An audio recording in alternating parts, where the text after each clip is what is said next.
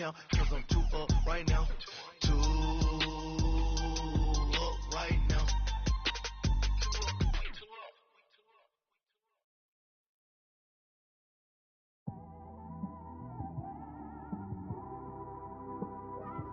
It's one of them ones, man. You just in the car, man. It's like when you in the car, you just think about everything, man. Definitely when you by yourself and you just cruising on the highway, man. Hello again, everybody. It is the coach. You're tuned in to Madden 19 on EA Sports. Coming up next, we've got what should be a good one between the Denver Broncos and the San Francisco 49ers.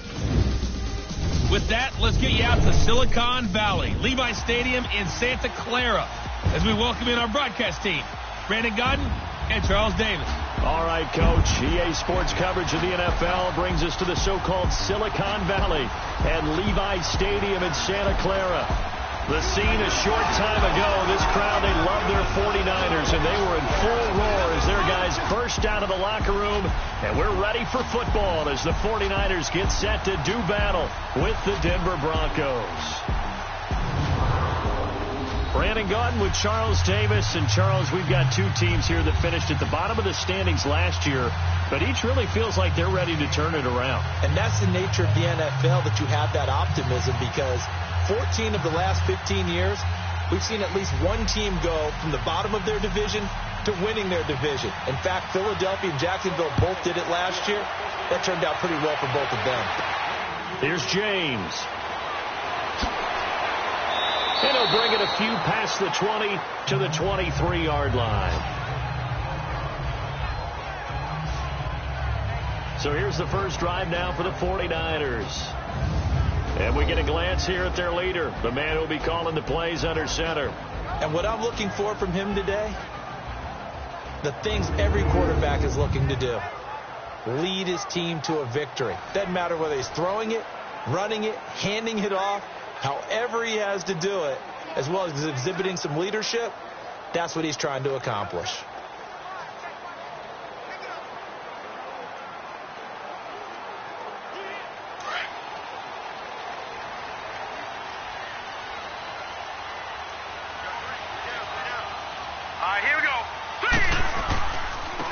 Now the Georgia Southern man, it's Matt Breida. Oh, and now he bowls him over. And he'll take it forward for about 5 up to the 28-yard line. And the Buffet boys, the O-line, hopefully they're ready today. Listen, you got to feed them first. But if you do, you usually get a great product out on the field. And when they play well, the quarterback can't wait to feed them afterwards.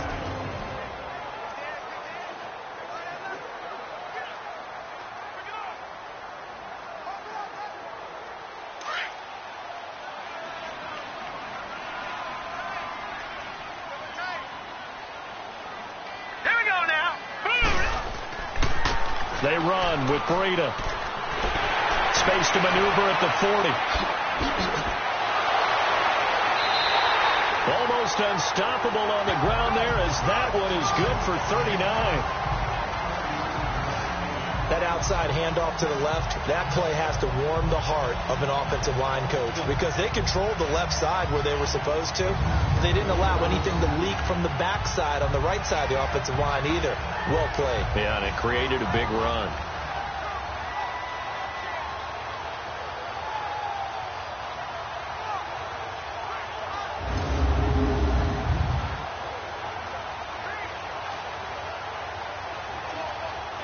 So the big play changes the complexion of things. Here's 1st and 10 just outside the 30.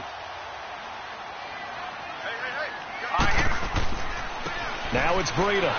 And that play is blown up, losing yardage back at the 35. That's going to go as a loss of 2, and it'll be 2nd down. I like the strategy. Extra tight ends, extra beef. They want to run the football, but that means they probably want to run it inside. If you get strung out on the perimeter, you're in peril. Yeah, we saw the result, negative yardage.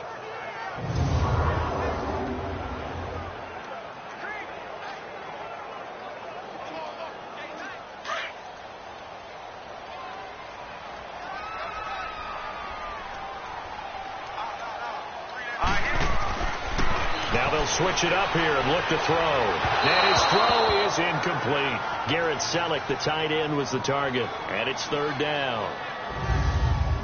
And this defensive line will be looking to control the point of attack. And that's what they've done throughout this season. This is a terrific unit. They play together very, very well, and they don't permit big plays to happen.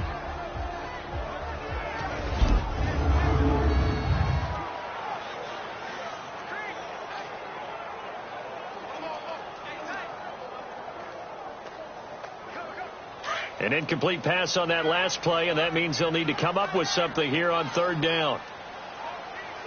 Here we go now. Blue liner. Blue liner. He'll drop to throw. Going right side here, and that's complete. And inside the 20 before he's brought down. The gain of 19 and picking up the first. They're piecing together a nice drive to start this one. Seems pretty scripted and pretty successful so far. And I think they did it without our help. Because you remember when we sat in the production meeting with them to talk about this. And, hey, you know, you guys going to come out of the gate. I know I offered my help with a few plays, and they didn't seem to want it. I didn't offer mine. You know, you were the smart one. Whatever they're doing, though, it's working really well. 49ers with their first trip to the red zone thus far. They come up first and 10 at the 16.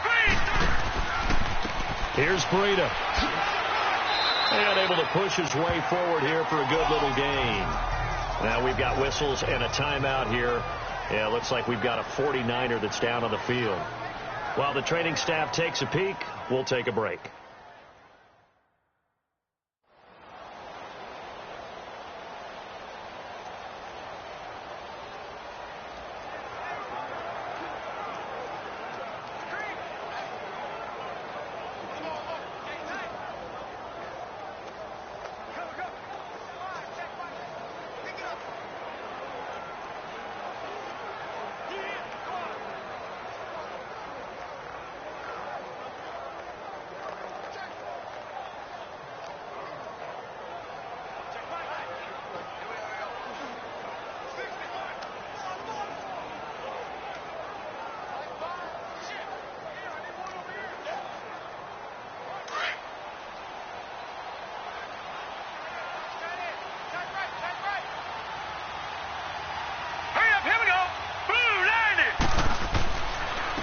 Now it's the Florida Atlantic alum. This is Alfred Morris. And he'll find his way down inside the 10 to the 9-yard line.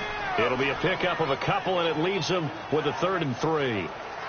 Whenever we talk about the best strong safeties, one word constantly comes up, and that's instincts. Being able to diagnose run or pass and make the appropriate moves. He crashed down hard there. He was ready for that running play. Hurry up, here we go. Green, 39. On third down, it's Morris. And he gets the first down yardage he needs before he's brought down at the 6. And they got 3 yards. That's enough. A conversion, and now it's 1st and goal. The stop there on third, they could have held him to 3 on this opening drive. Now they have to bow their necks on 1st and goal. And if I'm looking at this from the offense's point of view, that's a big-time pickup right there. And I'd go right at him with another momentum play. I'd go quickly and attack them, because right now they probably have their heads down a little bit since they didn't stop them on third down.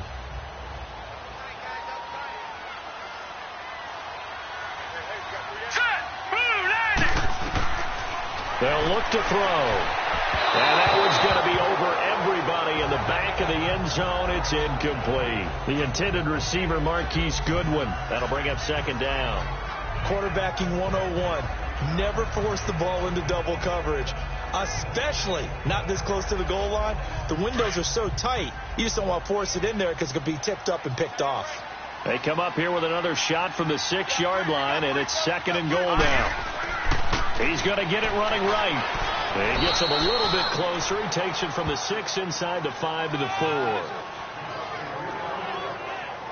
Driven it down the field nicely here on the opening drive, but now it's put up or shut up. No doubt about it, because to make that type of a drive and ultimately kick a field goal would feel very disappointing. But I'm just wondering, is the head coach thinking, is this 4-down territory? Might he go for it?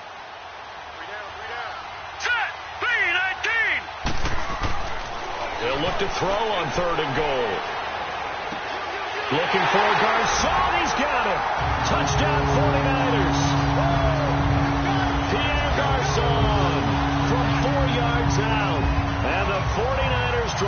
deep down the field and score on the opening drive. Well, that's how they envisioned it, get the football to start the game and score. And I don't know if that was scripted. Was it an audible? Or was it just a play call that they had in their pocket? No matter what, they had the right call on against the right defense, and they end up in the end zone. Gold able to tack on the extra point, and that makes the score 7-0. A pretty long drive that time, 11 plays all told. And the end result for the 49ers, a touchdown.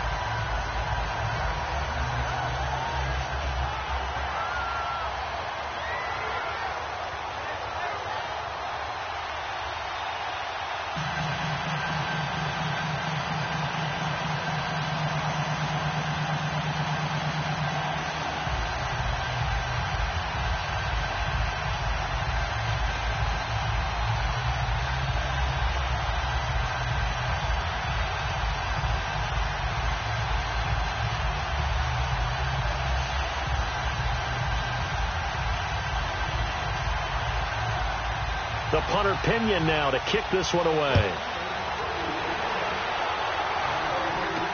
This is fielded a couple yards deep.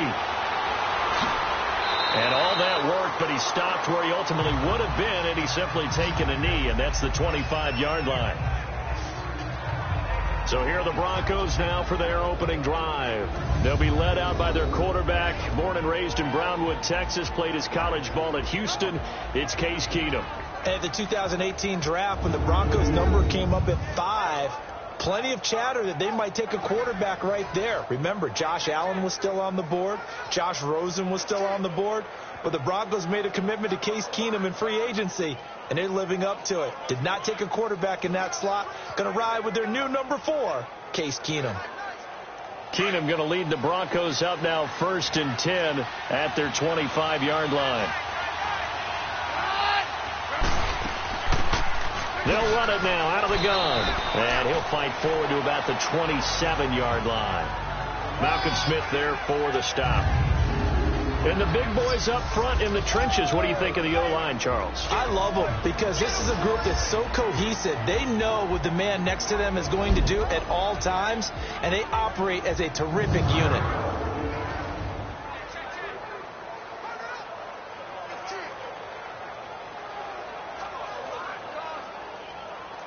They'll break the huddle, come up on 2nd and 8 at the 27-yard line.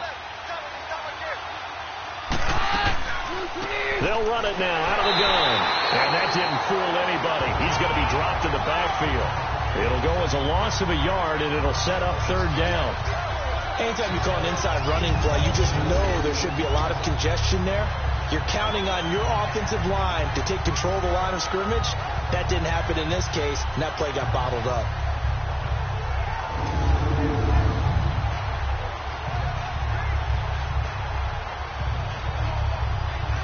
An extra DB for the 49ers now on 3rd.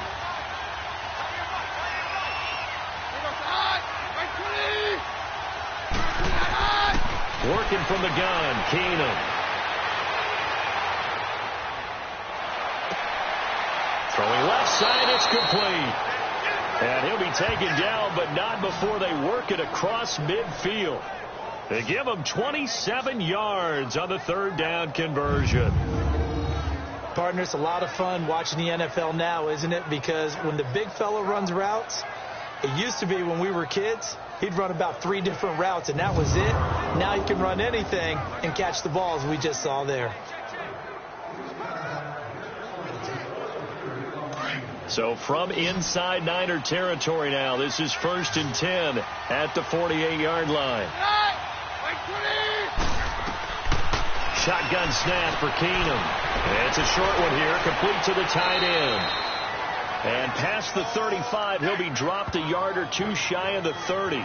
17 more yards on that one as they keep the drive rolling. I like how they work the tight end on a nice little under route there. And if you're going to give him that much space, he's not even going to catch the football. He's going to run away from you a little bit, and that's exactly what he just did there, picking up extra yardage.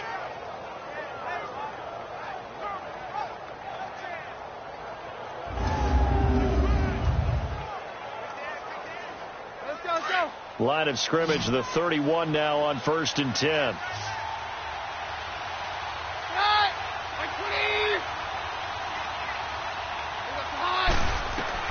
On 1st down, it's Keenum.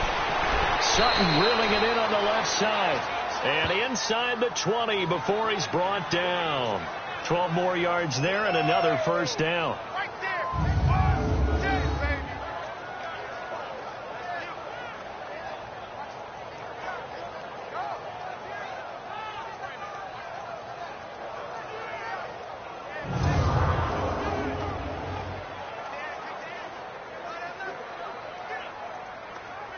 Broncos with their first trip to the red zone thus far. 1st and 10 at the 19.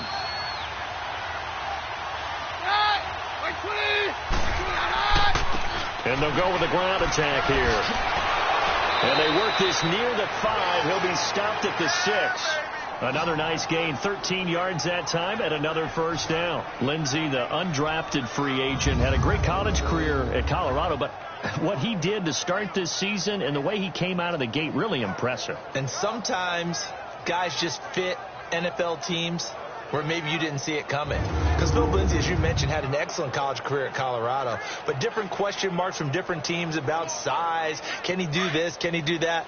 The answer is he can do just about everything, and especially his ability to get out into open space out in the backfield and create big plays downfield. That's working quite well for him in the early going. Now some movement before the snap. And we'll hear from our referee for the first time this afternoon. That's going to set him back 5 yards. Still 1st down.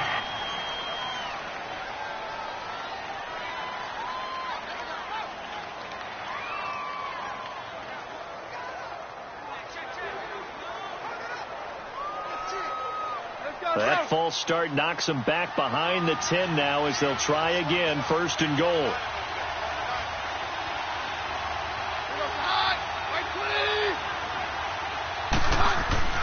Here's Keenum. And this is caught for a Bronco touchdown. Matt LaCosse, an 11-yard touchdown. And the Broncos are an extra point away from tying the football game. And the QB rating right now sky high. 4 for 4 on that opening drive, and it ends with a touchdown pass. Yeah, I don't know quite how to figure it out. I think I need my friends from MIT to come in and help me. But I think 158.3 is the number one. Yep, that's the right. high That's mark. the highest you can get. That's where he is. He'd like to continue on that pace.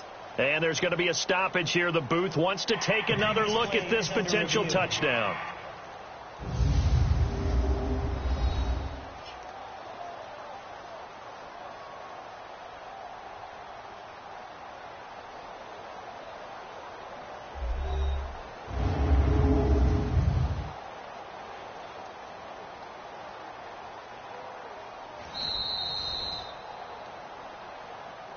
After review of the play, the ruling on the field stands. It took them an extra look, but they found out it is a touchdown indeed. The official says this one counts.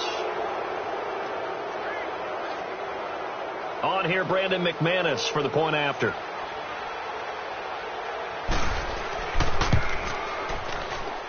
McManus's point after is good, and we are tied at 7.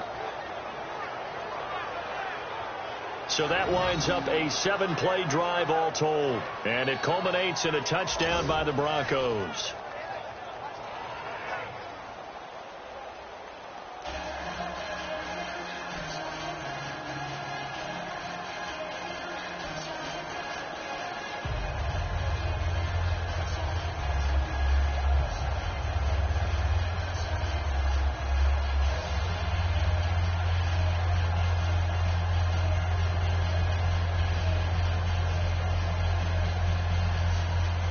So a tie ball game here as the kick's away. Fielded about a yard deep. And he'll be brought down at the 23, make it the 24-yard line. The 49ers offense making its way back out there. And that last drive, it was all about the ground game, ground and pound. And I don't care how we're playing the game these days. offensive linemen still want to fire out and smack the guy opposite them and move the football on the ground. They feel better about that. That's what they want to do. That's how they want to play, and that's how they got it done. Yeah, they got it for a touchdown last drive. Let's see what happens here.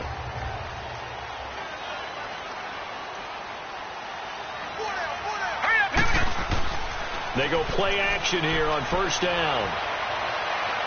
His throw incomplete. George Kittle, the receiver that he was looking for. And now it's second down.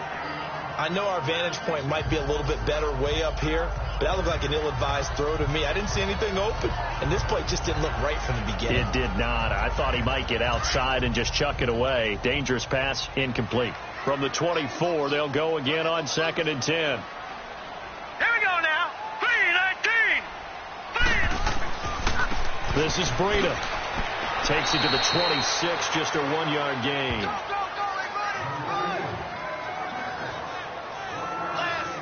Typically, we think it's the strong safeties that are better tacklers, especially closer to the line of scrimmage amidst traffic. But in this case, how about the free safety coming up and making the big-time play? The Niners on 3rd down. A perfect 3 for 3 as they look to keep that streak going. This is 3rd and 9. They'll look to throw here. He'll be brought down by the Broncos. It's a sack. The man who won a Super Bowl MVP award on this very field, Von Miller, in there to get him for a loss of 9, and that'll lead to 4th down. And we say it all the time, have to be able to get rid of the ball sooner than that. You have to help your offensive line out. They're going to protect you as best they can. And if you're getting 3 to 5 seconds to throw the ball, they're doing a really nice job. But when you hold it and give up a sack, you're really almost discrediting their work.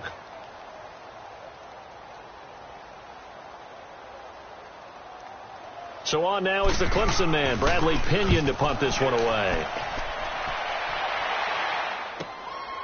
And take it right on the 30. Nice job bringing that one back. 14 on the return. And the Broncos take over. First down and 10. CD, let's discuss the Denver Broncos playoff hopes before they take over here on offense. They've won 3 straight. Now they're 6-6, and a team that at one point didn't look like they had a shot at the postseason is looking pretty good. And if they continue on at this pace and the schedule's actually favorable for them, they will make me a liar, won't they? Because didn't I say about 2 weeks ago, yeah, they look like they're doing okay, but I just don't see them making a real strong push for the playoffs? They're making me look bad here. How about Phillip Lindsay? 157 yards, 2 touchdowns, a career-high 65-yard sprint for the end zone. We shall see. The AFC West, could they get 3 teams in the playoffs? Denver trying to be that 3rd team. Yeah, and the most recent win in that Lindsay effort came against the Bengals, a 24-10 victory to get them to 6-6. That goes down as a loss against his rushing stats.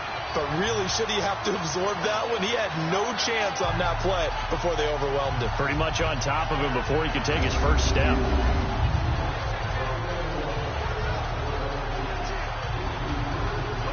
First play of the drive goes the wrong way. Here's 2nd and 12.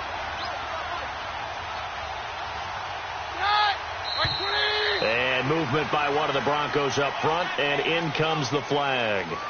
False start, offense. So that'll back him up 5. Still 2nd down.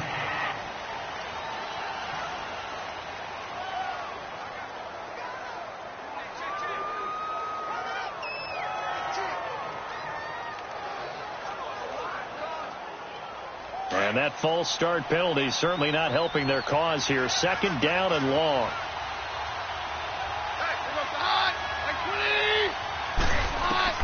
A shotgun snap for Keenum. And that is incomplete.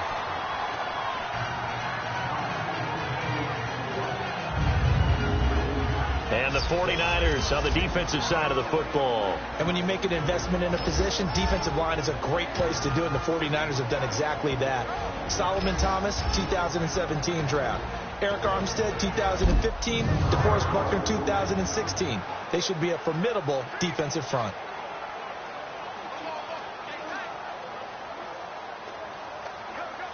An incomplete pass on that last play, and that means they'll need to come up with something here on 3rd down.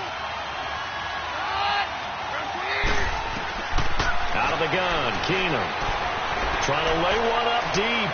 So they took a shot there on third down, couldn't get it. Now it's fourth. Well, you've got a receiver here who's got one touchdown already in this first quarter, and they were trying to double his pleasure there, wanting to continue to go to the guys already gotten into the end zone. But good coverage to make sure that this time it fell incomplete.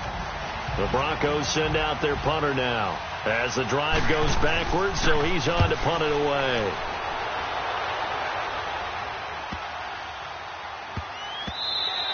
And that hits at the 6 and carries into the end zone for a touchback. The San Francisco offense getting their last-minute instructions before they take over here. And on the last go-around, they really couldn't get anything going. They had to punt from deep inside their own territory, which means you're going to lose the field position battle as a general rule. What they're looking for now is a little more consistency, move the ball at least a few times on offense, get a couple of first downs, and hopefully flip the field. Yeah, just something to build off of. That's what they're looking for here.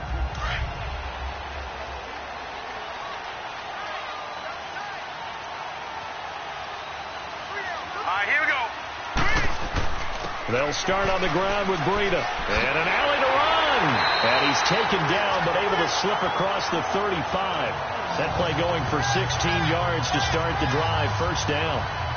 Boy, some big runs here, Charles, already in this first quarter. Yeah, if the lanes are there, go ahead and exploit them. But what I like the most, how decisive he is, putting his foot in the ground and going.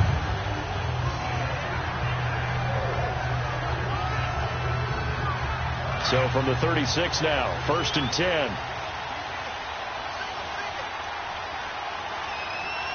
Let's go. Now a play fake here on first down. Over the middle to Kittle, complete. And he'll be taken down at the 46-yard line. 10 yards on the pickup there, and it'll be second down. So much goes into a successful play, doesn't it? How about that play action there, freezing the defense just enough to bring the tight end free downfield for the completion. So second in inches after that first down completion, went just shy of the marker. Now let's go. 3-19. They'll set up a throw.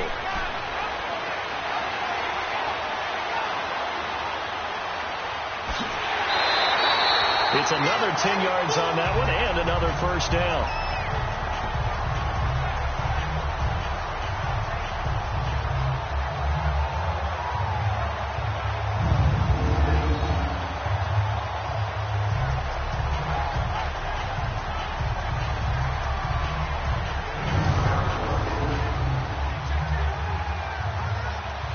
So a 1st and 10 now in Denver territory at the 44-yard line.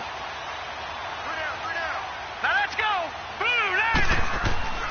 The play action fake. They'll look to throw. Pressure, and he's going to be taken down. They sack him back right around the 44. Adam Gotsis in there to bury him for a loss of 11. Well, they go play fake. The problem is nobody was faked out. And when no one's faked out, what's the end result? Quarterback gets hit.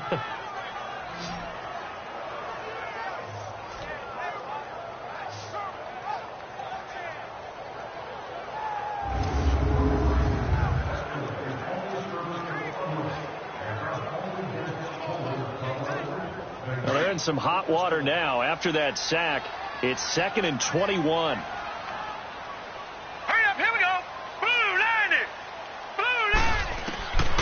Now a shotgun snap as they'll look to throw. And incomplete there. A nice hit. Jars the ball free and brings up 3rd down. It is tough to complete passes against zone defenses. The windows that you see open, they shrink pretty rapidly. How about being able to hit a moving target against a zone before the next guy can get there and make a play on the ball? Not easy for any quarterback, no matter the situation. And there, the defense won the battle. Let's go. 3-19. 3-19. Now on 3rd and long, they'll look to throw. And incomplete. The contact made the ball roam free and brings up 4th down. You hear the calls for a penalty, but I just don't think so. I think in this situation, the defender was making sure his guy couldn't hold on to the football. So I don't see anything that warranted a flag. No, I'm with you. There was contact, but I'm happy they kept that flag in the back pocket. Here's Bradley Pinion now as he'll punt it away for the 2nd time. And not what he was hoping for there, as this will hit in the end zone for a touchback. So the Broncos coming out now. The crowd maybe losing just a little bit of the edge after back-to-back punts. They want some big plays. They want to see some offense. They want to see somebody break away, whether it's through the air or on the ground. Now it'll be interesting to see where the patience is on both sides. Each head coach, can you hang in there and not try and force something that could put your team in some jeopardy? Keenum going to lead the Broncos up now 1st and 10 at the 20.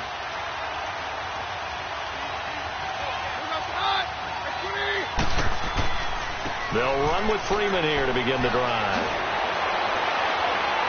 And he's brought down, getting this one up to about the 35. They may want to go back to that one. First play of the drive, good for 15 and a first down.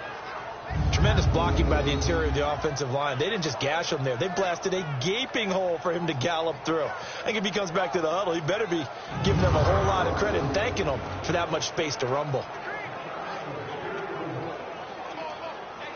Ball up to the 35 now as they come up on 1st and 10.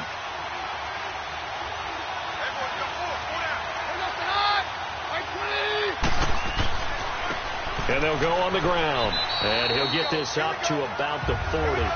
He'll get a nice chunk there on the first down run, and it's 2nd and 4. A quick burst there, and he nicely bit off a pretty decent gain.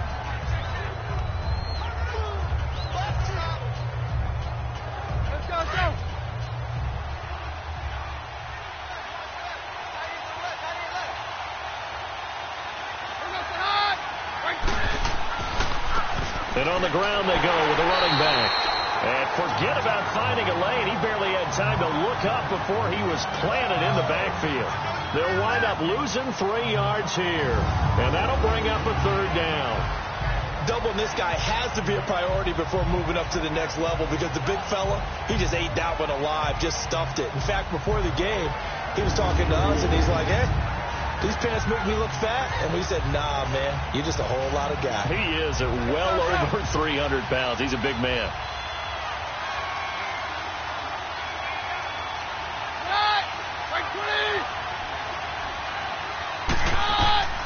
Throwing on 3rd down, Keenum. And he fires one that's intercepted. It's the former Seahawk, Richard Sherman. And they will score. It's a 49er touchdown. They were in the dime. They had 6 defensive backs there. So go ahead and throw it. He threw it, and it hurt him. It's almost thrown into a blanket of coverage, isn't it? You talk about the best defenders you have are the defensive backs. 6 of them on the field. You're almost asking for trouble, and that's exactly what they ran into. Ended up throwing a pick-6. Yeah, 6 defenders and 6 points.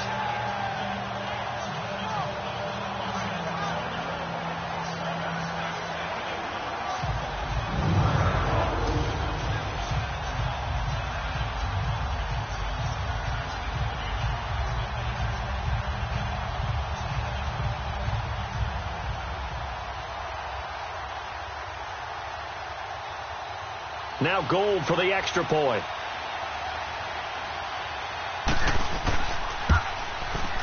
Gold with the extra point, and that makes the score 14-7. So the defense creating some points, not only getting the interception, but then returning it to the end zone for the pick-6.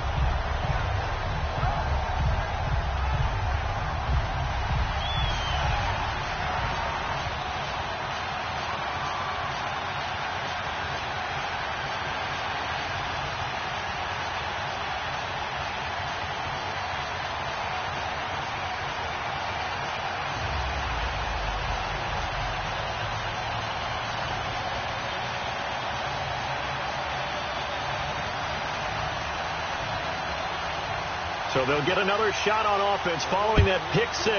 And now the kick is away. This fielded at the 2. And he'll get it up to about the 26-yard line, just across the 25. Now this Broncos offensive unit ready to head back out onto the field.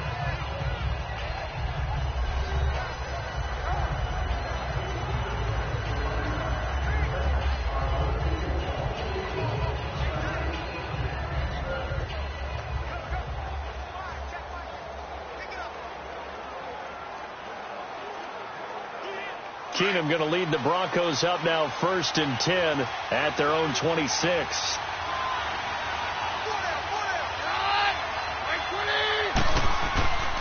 This is Freeman on 1st and 10. And he will lose yardage and be backed up to the 24. It's a loss of 2 there, bringing up 2nd down. Part of the thinking when you bring in extra tight ends, you're hoping that each of your guys gets those one-on-one blocks and creates a crease for your runner. But the converse is, though, you've got to win those one-on-one blocks. And when you don't, that's the result you end up with.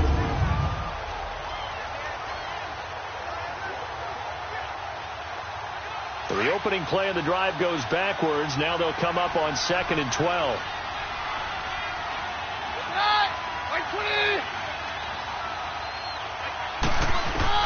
On 2nd down, here's Keenum. He's got the hook up to Andre Holmes. It's a pickup of 12, and that'll set up a 3rd down.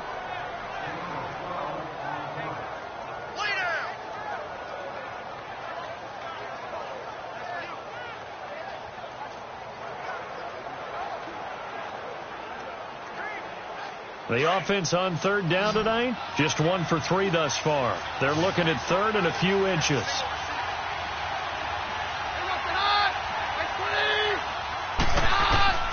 From the gun, here's Keenum. And that is incomplete.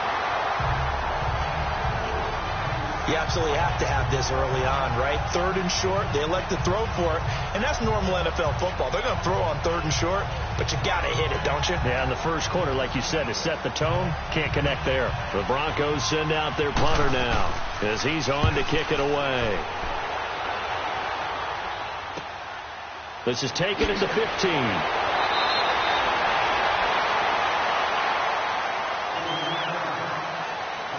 Meanwhile, we will not get another play as time will run out on this first quarter. 14-7 is the score. We're back to Santa Clara after this.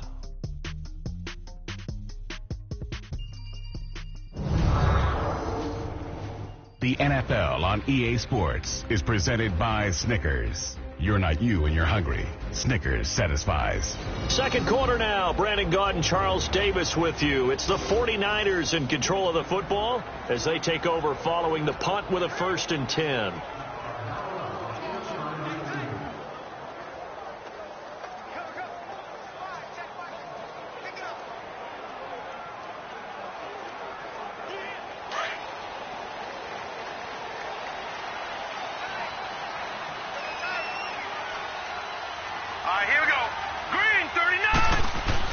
They begin the drive with Morris. And some room to work. And they get him down, but not before he takes it across the 40-yard line. 15 yards is the pickup there, and the drive starting very nicely. 1st down. Whenever we meet with coaches and they always talk about wanting to establish running the football, it's oftentimes with a good tight end who can control the line of scrimmage and the point of attack, and they're becoming harder to find because the colleges are giving us a whole lot of receiving tight ends, former wide receivers who can run, not necessarily block very well. In this case, though, we saw 2 tight ends on the field, both of them with the ability to block, and he ran the ball successfully behind that power set. Back to throw now on 1st down. Over the middle, and he's got Goodwin complete. And he'll be taken down at the 46-yard line. 5 yards on the catch there, brings up 2nd down.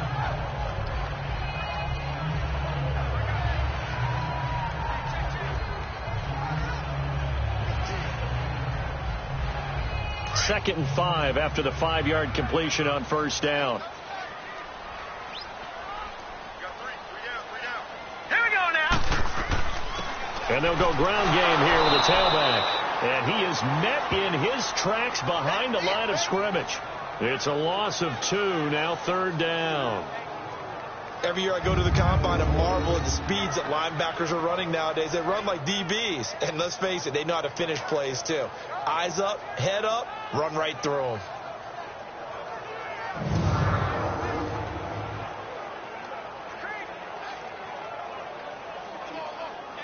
The Niners on 3rd down. They've converted 3 out of 5 thus far. This is 3rd and 7. Here we go now.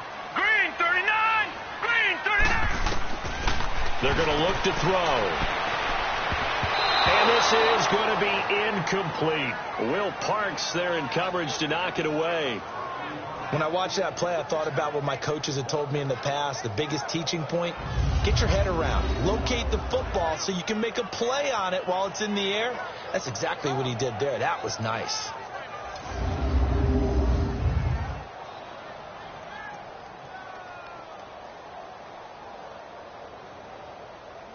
Here's Bradley Pena now as he's on to punt for San Francisco. He's been a busy man here in this first half as he gets it away. And that'll hit in the end zone. Much too much leg there. That'll be a touchback. Now Cortland Sutton and the rest of the offense getting ready for their next drive. They've got to find a way to get him more involved in this game plan. Down here in the second quarter, he doesn't even have a catch. And don't think they're not hearing about it in the huddle and on the sidelines. And we often think of wide receivers at times being disruptive. It's just that they know their talents and they know the type of plays they can make, and they can make big ones. They want the ball to help their team. Yeah, you got to think he's going to want the ball more. One target, no catches. Keenum going to lead the Broncos out now 1st and 10 at their own 20-yard line.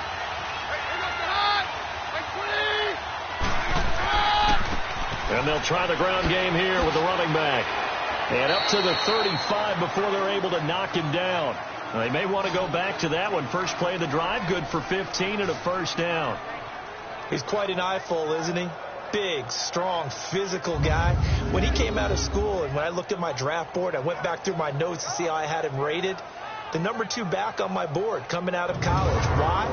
As I mentioned, big, strong, powerful guy, faster than you would think, and has the ability to catch the football out of the backfield, something that we didn't know he truly possessed. We saw that in the offseason workouts. Now he's putting his running ability to good use in the NFL. Now it's Keenum. It's a short one here, complete to his tight end.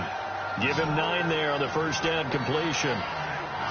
Seeing that play and understanding just how tough it is to cover tight ends, especially the ones running around the NFL nowadays, makes me glad I didn't make it in that league. I would have had a really difficult time. But now you get to sit up here with me. Yeah, and that's fun, isn't it? And what a really nice gain right there on first down for them. Brings up a nice second down for them.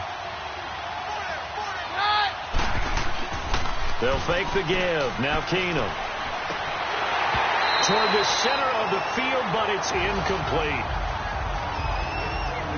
You get a tight end like this, and you know he's used to dishing out punishment, but here, he's one that has to absorb the contact, and as a result, unable to hold on to the football.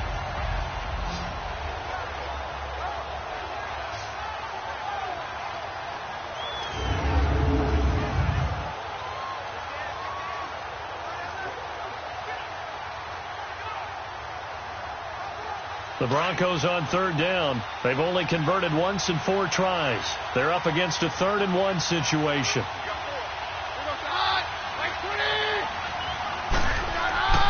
Now a handoff. It's Freeman. And he brings this up to the 46. Good enough for the first. 3 yards there. Good enough to keep the drive moving. That's a tremendous group effort there, because when you talk about offensive lines, the best ones, talk about guys that play in harmony, in sync, and getting things done, and they did that on that play. Yeah, especially on 3rd and 1. Got to be in sync, and they were.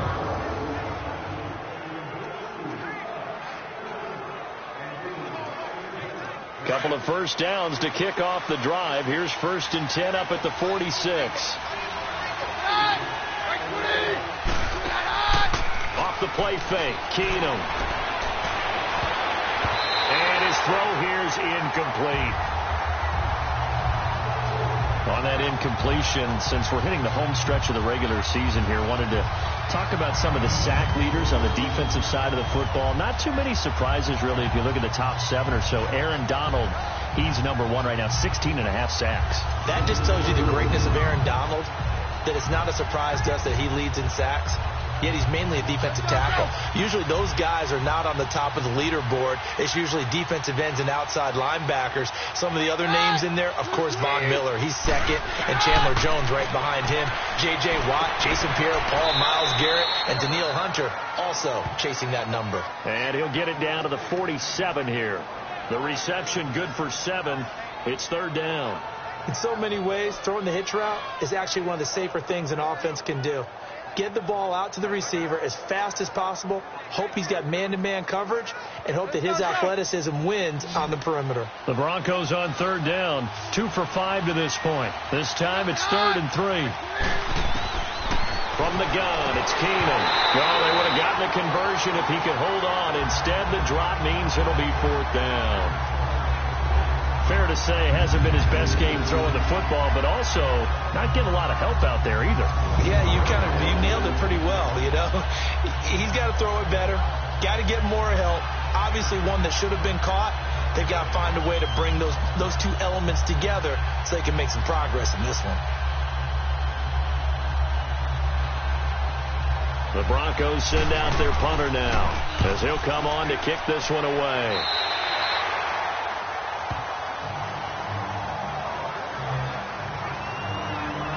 The 49er offense now making their way out onto the field. And right now these guys, they're shuffling a little bit, maybe doubting, because 3 straight drives have ended with them punting the football away. Yeah, so you start pointing fingers at each other a little bit, asking a lot of questions. What are you seeing? What are you getting?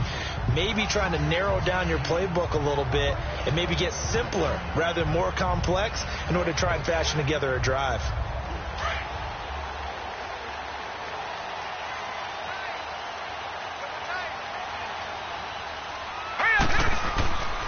On play action, they'll throw.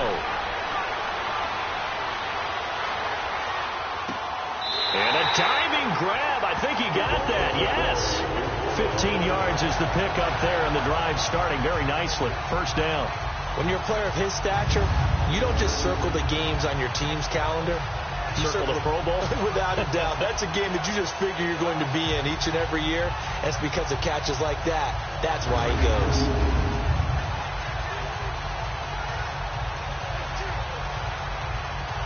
Took just one play to move all the way to the 44 as they try again on 1st down.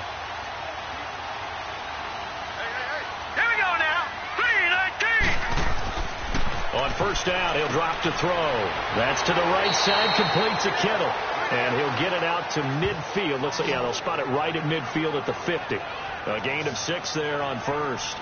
How about the timing on that one? Boy, they were in sync, weren't they? 3-step drop, balls out of his hands, right to the tight end. Nice completion, just like they do it in practice.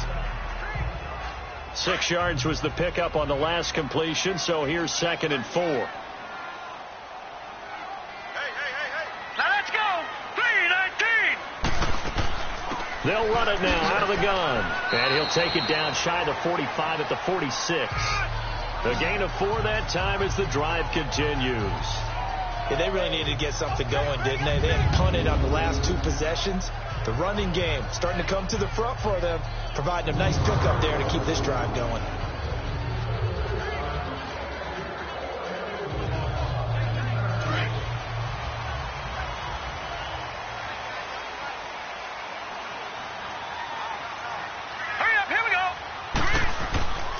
Running game working. They'll stick with it on 1st down as he's got this down inside the 40 to the 39.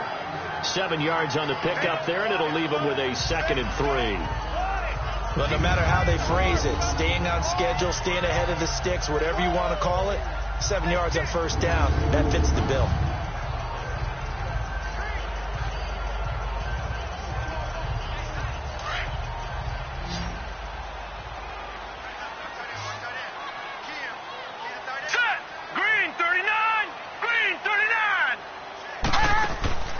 Here's a play fake as they set up to throw. Caught left side, Garcon. He had the touchdown earlier. This one's going to get him a 1st down. All that practice time came to fruition on that play. All those timing routes that they work on through training camp, OTAs, minicamp, and just regular season, they got it done on that one. An outcut, ball was delivered, and picked up the completion.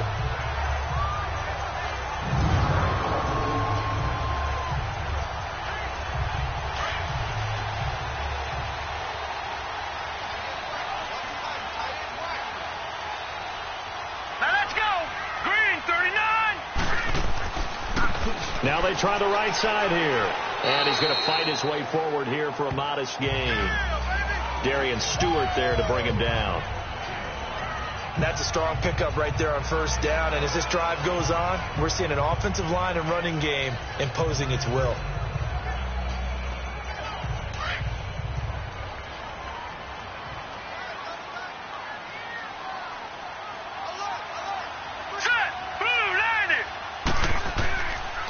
They run with Morris. And he'll take this one down near the 15. Tackled by Bradley Chubb, the number 5 pick in the 2018 draft. Let's give a lot of credit to the offensive line. They've been able to move the ball really well on the ground the entire game. And while that wasn't a huge one, that's okay. They'll take them in short, steady bursts. The Niners on third down. They've hit it 50%, 3 of 6 to this point. They need just a yard here. It's 3rd and 1. He'll look to throw. And the Broncos get there and take him down. Adam Gotsis in there to pick up his 2nd sack now of the afternoon. And, Charles, they only needed a yard there. They try to pass the football. What do you think? Well, I can't really go all out and kill them for the call because that 3rd and 1 fake and throw it over the top for a big play, that often does work. But in this situation, the pressure got to him.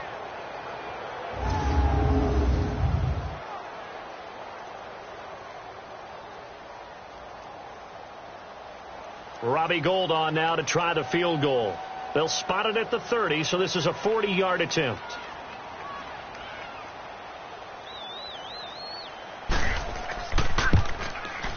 And Gould is able to put it through, and they will move up by 10 now, 17-7.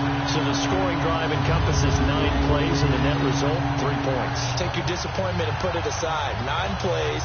Yeah, they want to end up in the end zone with a touchdown. I get that. But sometimes those 9-play drives pay dividends later with another 9-play drive that culminates in a touchdown when they wear down a defense.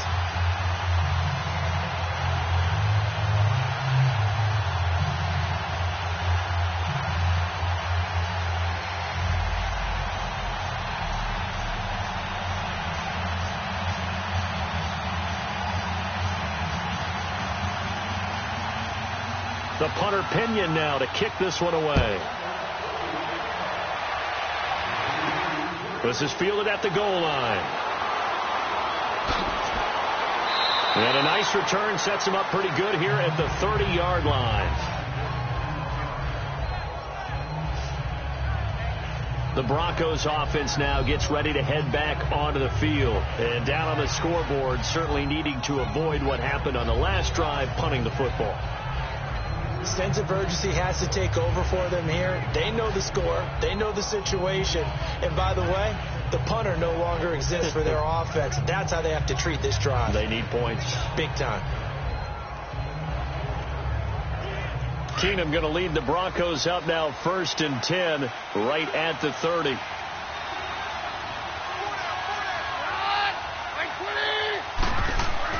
On 1st down, Keenum. And he hits his target, Deshaun Hamilton. And able to get this one across the 45 before he's brought down. That's a good way to start the drive. 17 yards and a 1st down. You can see the time and effort and thought that they put into their passing game because it was evident right there. It looks like a simple pitch and catch, but you and I both know that they have planned for this and worked hard to make it happen.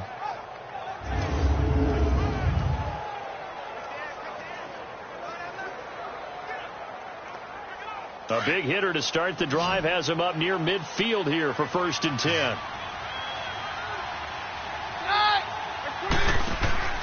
Play action. Now it's Keenum. Looking deep downfield. And that is caught. Touchdown, Denver. Cortland Sutton, 53 yards. And the Broncos able to show off their quick strike ability. And it was a tight window. He knew he had to rocket that thing in there. He got it done. And when you're able to complete one like that, your confidence has to just go sky high. You just mentioned it. Tight window, zings it in there despite excellent coverage. Result, touchdown.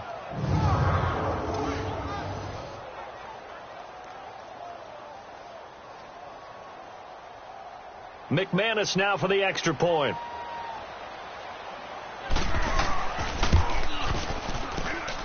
Extra point from McManus is good. And the lead's down to a field goal at 17-14. Pretty clean and simple there. Just 2 plays. The long pass resulting in the touchdown on play number 2.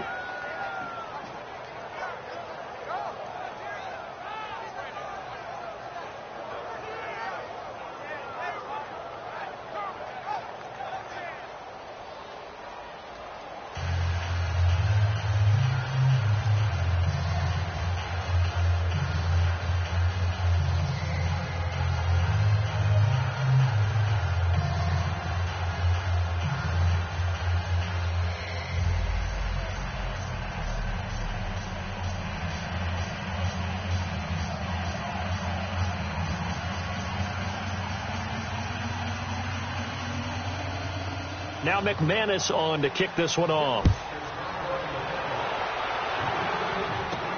Here's James. And he's up past the 20 to the 22-yard line. Now out comes their leader and the captain of this offense back onto the field. And maybe he's starting to wave the white flag a little bit. He's playing pretty well, but the pressure, it's got to him. Has to find a way to step around it, step through it, or just handle it. Because, as you mentioned, he's having a pretty good day overall. Just the hits keep coming and taking those sacks. That's not the way that they want to finish a ball game with their quarterback on the ground so much. Now, he'd like to stay upright. When he's been upright, he's been pretty good.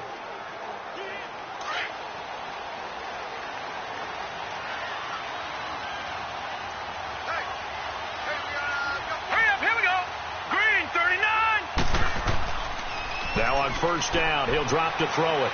He's going to let this one go deep. Oh, this is taken in. It's complete. And they've got it well across midfield down to the 40 before it's all said and done. They give him a gain of 37.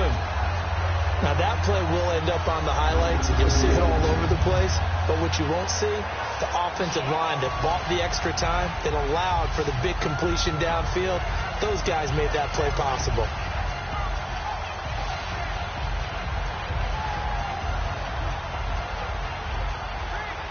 So the big play moves him all the way across midfield to the 40 now for 1st and 10. Here we go now. And they'll run it here. And able to push his way forward here for a good little gain. 5 yards is the tally on first down. That brings up 2nd and 5. I call that play a success. A nice inside run sets up a very manageable 2nd down. A very solid gain on that play.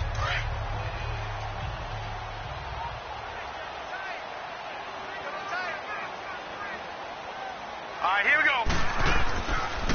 Here's Morris.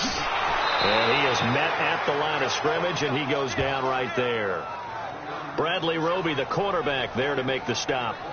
He makes a wonderful play there off the corner, protecting his side of the field. Oh, that reminds me of the great defenses of old, doesn't it? The Pittsburgh Steelers, Steel Curtain. They would not let you get on the field if you could only do one thing. You had to be a complete guy, and you had to be able to tackle. Now, I know I've said this before, but you know I wasn't alive when the Steel Curtain was playing. I know them, but I just want to let you know I wasn't alive. I'm going to keep peppering that in there, and one of these days you're going to think that you were. Now throwing on 3rd down there, but he cannot connect. You can tell they were hoping for a flag there offensively. Several on the sideline motioning, hey, why not a penalty? Why not a penalty? What did you see? Yeah, I think you've got to let them play, and the officials are instructed. If there's contact coming from both sides, no flag. Let them fight it out. And forces 4th down. And Gold is able to put it through, and they stretch the lead to 6. It's 20-14 now. These kickers now, it used to be that a 50-plus yarder was cause for celebration. Now seemingly automatic. Yeah, isn't it funny when we prepare for a game, when you look at the backgrounds of these kickers, it's interesting, isn't it, to find out they were all-state quarterbacks, receivers, defensive backs, all-state wrestlers, right? Baseball players. We're finding athletes all along, and now they're just specialists putting it through the posts.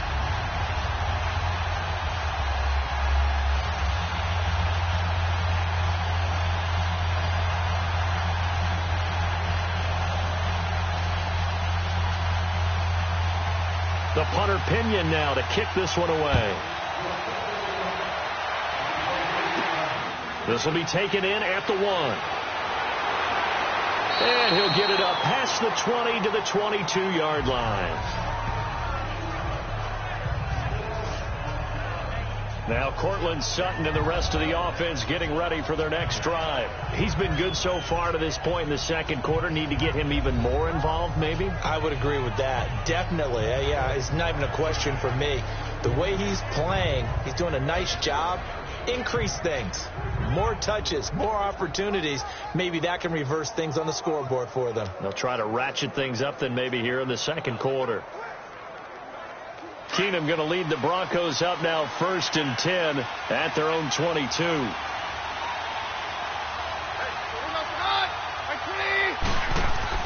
On first down, it's Keenum. And this is going to be incomplete. Well, across the NFL, all the byes are done, so the 32 teams have played exactly 12 games. And if you look at the offensive leaders right now, Charles, starting with passing, Ben Roethlisberger at the top, but Patrick Mahomes is right on his heels. Just 22 yards behind, and he's the guy that everyone is focused in on. He's fun to watch. How about the rest of the top 5? Matt Ryan, Jared Goff, and Aaron Rodgers. The guys toting the ball. Todd Gurley leads with 1,175 yards. Ezekiel Elliott right on his heels as well. Yeah, those are the two 1,000-yard rushers right now in the National Football League. I know that speed is the hallmark of today's NFL game, but the key to good rushing defense is still having your linebackers set the edge. The Broncos on 3rd down. They've converted just 2 for 6 thus far. This is 3rd and 10.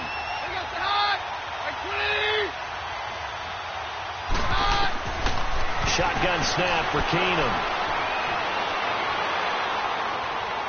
And that is incomplete. Started to look like maybe his 3rd or his 4th read on his progression. Just trying to find his outlet man that time. Ends up leading him just a bit too much. The Broncos send out their punter now as he's on here to punt it away. It's taken to the 26. Nice job on the return there, 16 yards. And the Niners will go on offense, 1st and 10. Here he is, the man taking the snaps under center, heading out for the next possession. He's played a pretty clean first half, a touchdown, no interceptions. Frankly, that's what they expect out of it. They want to see the ball thrown and thrown well, and he's able to do that and put it in the end zone. They'd love to see more of that before this game finishes. But right now, he's got his team in a good spot. A good spot, maybe looking for touchdown pass number 2 here in the second quarter. Good starting field position for him as they come up 1st and 10. Hurry up, here we go. Here's a handoff to begin the drive to Morris. And very little daylight there. He'll get a couple up to the 44. Well, we saw him there trying to get it to the outside, trying to get to the perimeter, but not a whole lot of room there. But there's got to be one positive to that. If you keep moving laterally, creases tend to develop as the game moves on, and they can run it back inside later. Set. 319. 319. Off the play fake, he'll look to throw. Toward the right sideline, but it's incomplete. Pierre Garçon, the intended receiver, and it's 3rd down. Had an open man that time, but ended up putting a little too much heat on it, don't you think, partner? Absolutely, just needed a touch more air under it. Instead, he fired an absolute bullet. The Niners on 3rd down. They've converted 3 times in 8 chances. This is 3rd and 8. Now let's go. Green 39. Green 39. They'll set up to throw. And able to find Garçon. And they're able to work this to the 25 before it's all said and done. So 2 minutes to go in a wild first half. Back to the booth right after this.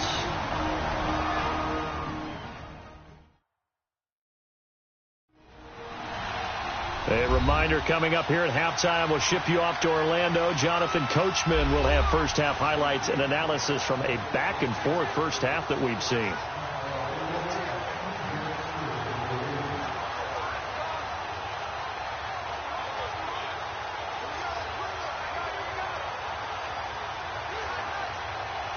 So a 1st and 10 now in Denver territory at the 25-yard line. Hurry up, here we go. Green, 39, green. He'll look to throw. Throwing over the middle, and it's incomplete. Let's face it, perfection is something we all chase, whether it's playing this game or whatever we do. Hard to attain, but that's what they were searching for as that pass goes incomplete. Line of scrimmage, again the 25, 2nd and 10. Hurry up, here we go. 3-19. Now he'll look to throw here on 2nd and 10. Over the middle to Garcon. And down inside the 15 he goes. A nice pickup there of 11 yards, and it'll move the sticks. Fired that one in there, able to make connection on a nice in route. With those faster passes and they're going that fast, any hesitation as a quarterback that the deflection, if you miss, might be bigger and lead to an interception? Yeah, and the deflection works both ways. Maybe a defender gets a hand in the way and it pops in the air. And sometimes you throw it so hard your receiver can't handle it, and he pops it up in the air for the defenders to grab as well. But a moot point there as they were able to connect.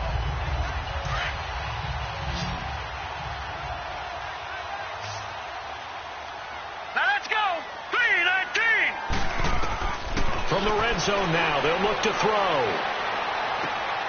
That is caught inside the 5. 10 more there and another 1st down.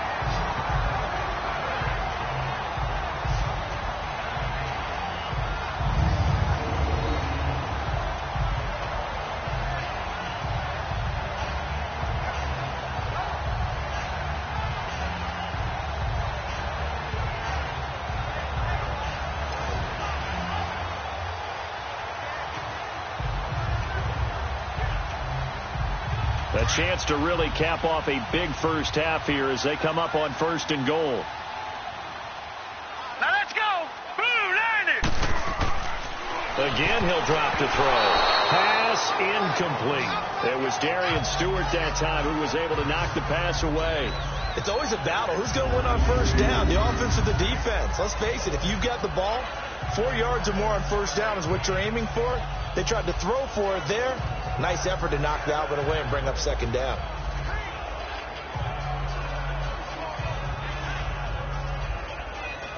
Line of scrimmage, again the 4-yard line, 2nd and goal. Now let's go. 3-19. They'll stick with the passing game as he looks to throw. Fights off the defender. And they will score. It's a 49er touchdown. It's their quarterback with his 2nd touchdown here in this first half. And the 49ers add 6 to their lead. And that'll give them a 2-score lead here, but I'm looking ahead. They just want to hold it for the final moments here in the 2nd quarter. They don't want to give up anything on the other side. No, not at all, because if they don't, it almost had the feel of an imposing their will score. And right now, they want to make sure they keep that and carry it into the 2nd half.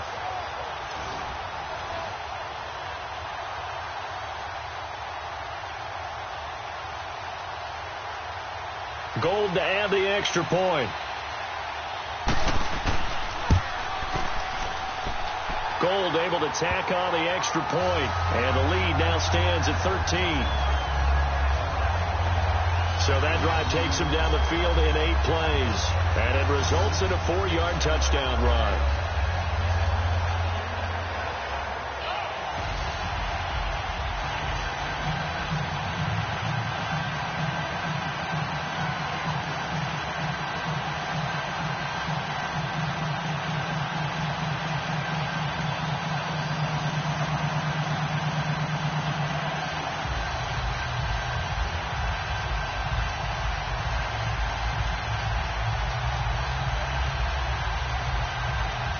The punter Pinion now to kick this one away. This is taken at the 3. And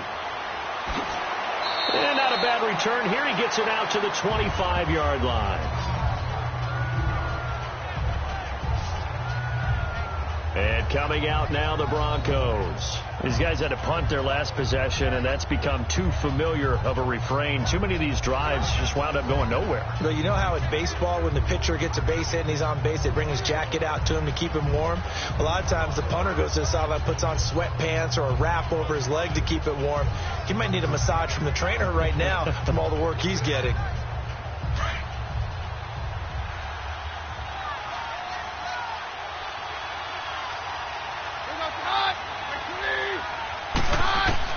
Keenum now on first down.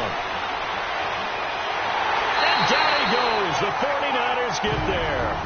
And before this second down play, we'll get a whistle, a signal, and a timeout, as the clock will stop with 37 seconds to play in this first half.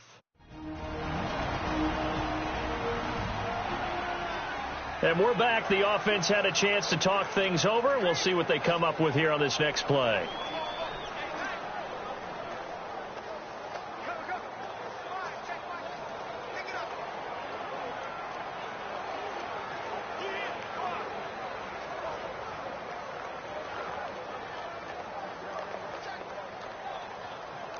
Work to be done here on 2nd and 16 after the sack.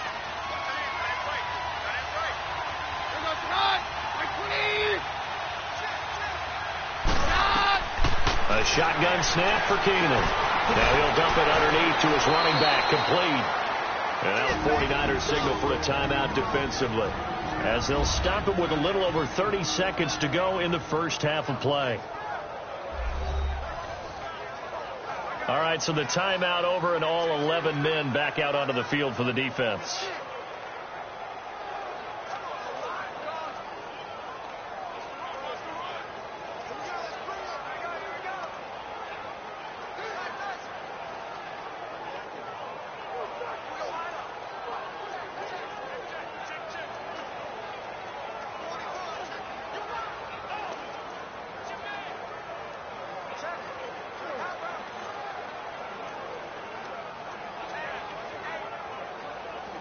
These guys have punted 4 times already, and they're staring at a 5th, barring a conversion here on 3rd down. On 3rd down, that's Lindsey, and he's able to get out to the 32, brought down there. And the 49ers going to take another timeout as they stop it with 28 seconds to go in the first half of play.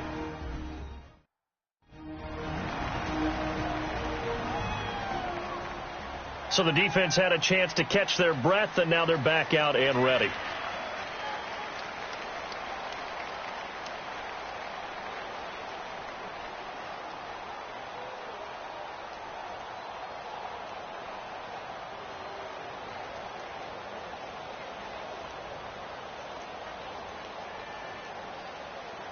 The Broncos send out their punter now, as he's on for the 5th time here today. And he deserves a bronze leg as he gets this one away. And a great job here. This is going to turn out to be a beauty. This is marked out at about the 3-yard line.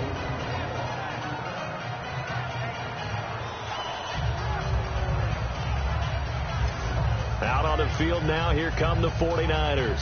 And the ball backed way up. So thinking with this amount of time on the clock, probably just sit on it, and we'll see these two teams go to the lockers. Yeah, I don't think you want to overthink it in this situation. Either side of the ball. Just go ahead and finish up the half and get on out and talk about it.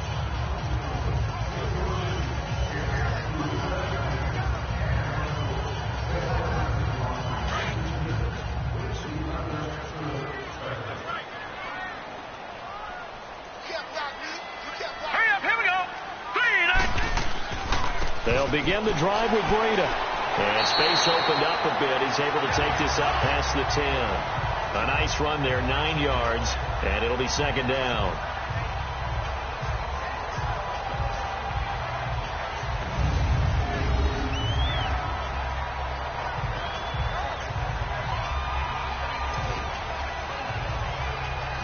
We have hit halftime. Still 2 more quarters to go. We'll take a timeout. We'll be back after this. You're watching the NFL, and it's on EA Sports. It's in the game.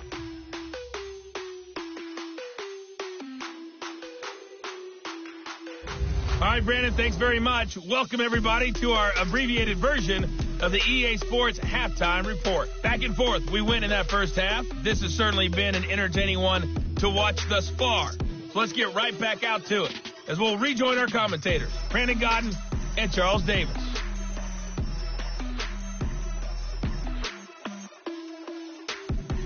All right, Coach, thank you, and we welcome everyone back for quarter number 3.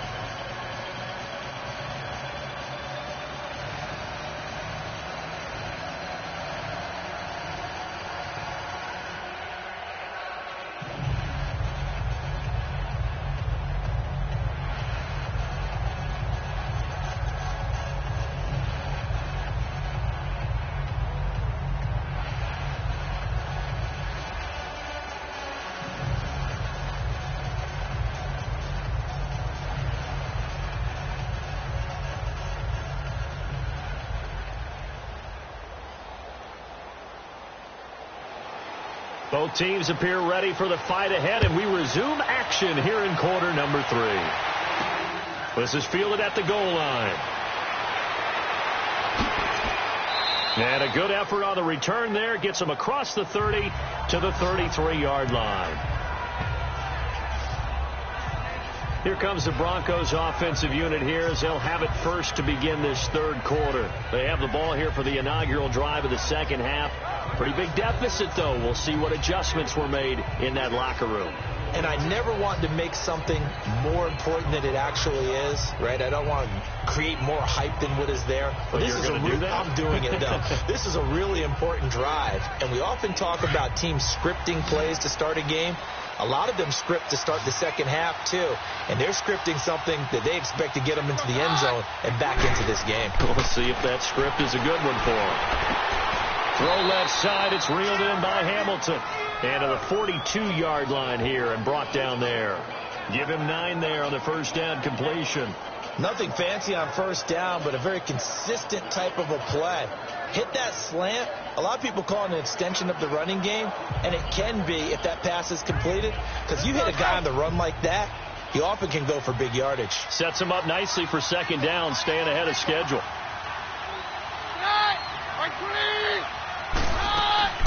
They'll run it now out of the gun. 7 yards there, good enough to move the sticks. I'm okay with the call there. In fact, I actually like it. I know they're down a couple of scores, but the running game worked in that situation. I would continue to go in that direction.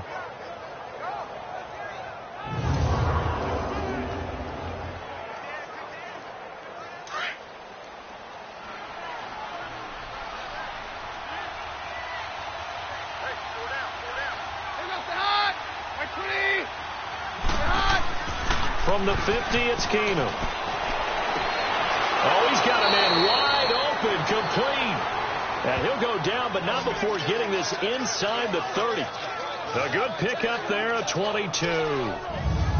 Well, from an offensive perspective, that sure was pretty, because the corner route, it's extremely difficult to defend from my perspective. What we just saw there, is that sort of the evolution of the tight end position? Yeah, I think it is, because more and more, tight ends are being treated like wide receivers. These are some agile players who can make a play in any spot on the field.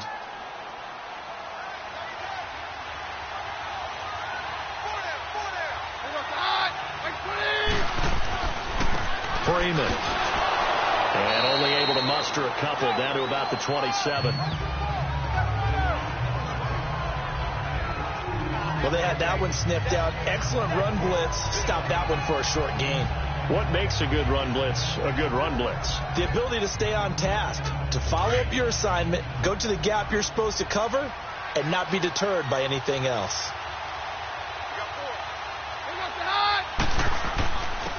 And they'll go with the ground attack here.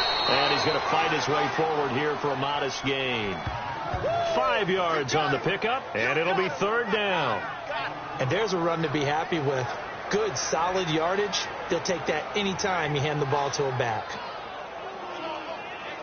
This offense in desperate need of a conversion as they come up on third down.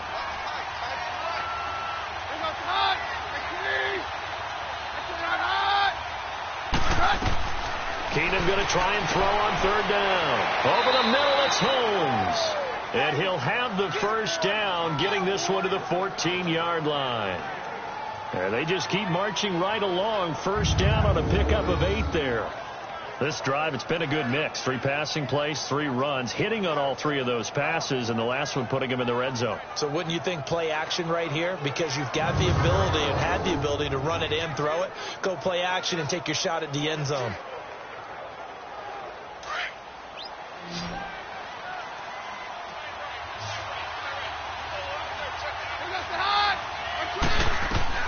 From the red zone, it's Keenum. That'll be caught right side by Hamilton. And he's brought down just outside of the 10 at the 11. The completion good for 3, and it's second down.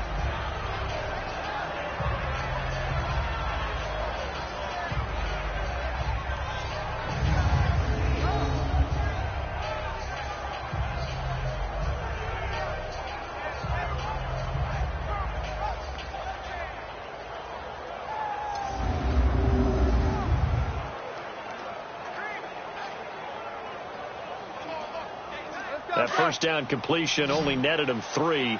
Second and 7.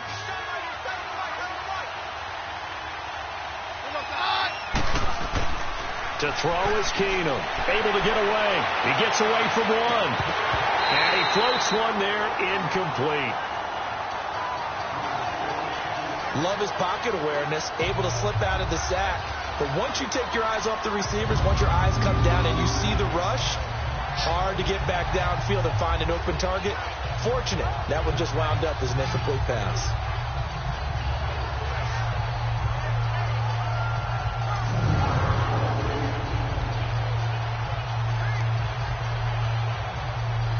The Broncos on third down. They've converted a third of their opportunities, 3 for 9. This is 3rd and 7.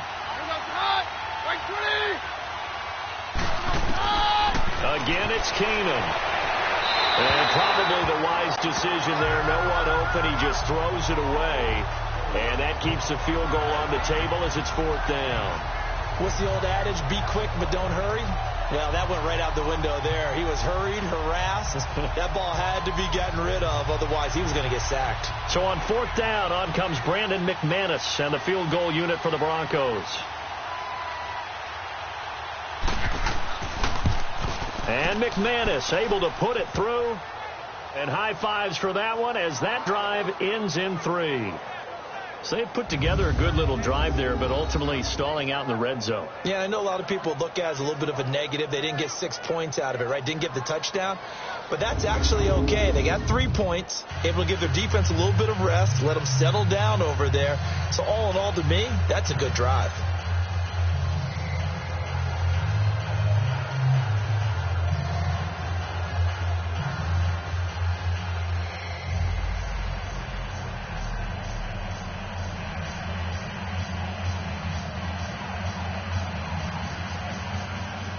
After splitting the uprights, McManus to kick it away.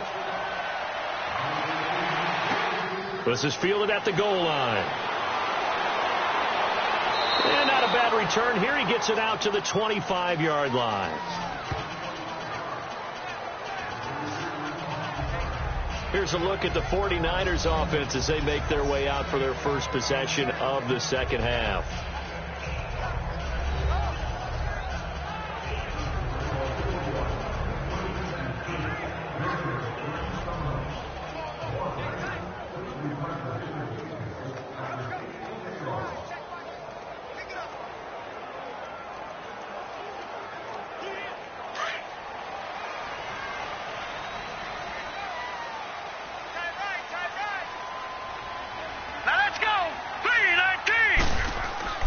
Now a play fake here on first down.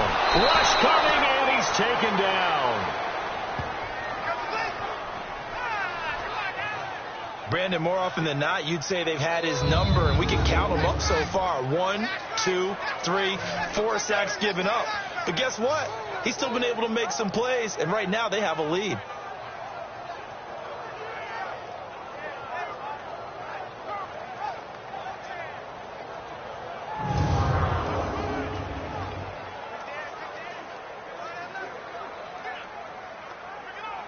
So now 20 yards to go on second down after the sack. Work to be done. Here we go now. And they'll go on the ground. And nothing doing here as this time the run maybe gets them back to the line of scrimmage, but that's it.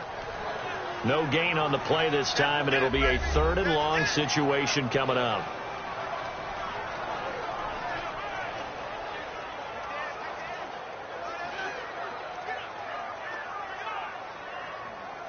The Niners on 3rd down. Not quite 50%. 4 for 9. This will be 3rd and 19.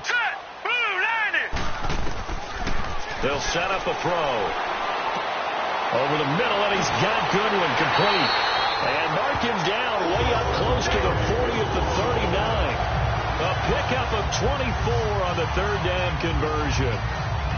One thing I can say pretty safely, that route is not called if you don't have a guy who can throw the ball and put some mustard on it. Because if you're going to lollipop it in the middle of the field, bad things usually happen. It takes a strong-arm guy who can rifle it in there, and they were able to successfully complete that one.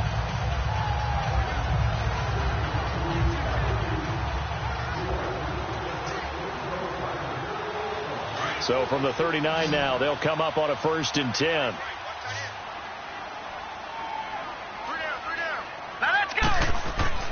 They go play action here on 1st down. He'll be brought down by the Broncos. It's a sack. Adam Gotsis getting him once again, his 3rd sack of the afternoon. The amount of sacks that they've absorbed in this game is absolutely extraordinary. Let's just face it. This offensive line, flat out, cannot handle this pass rush. It's been demonstrated time and time again.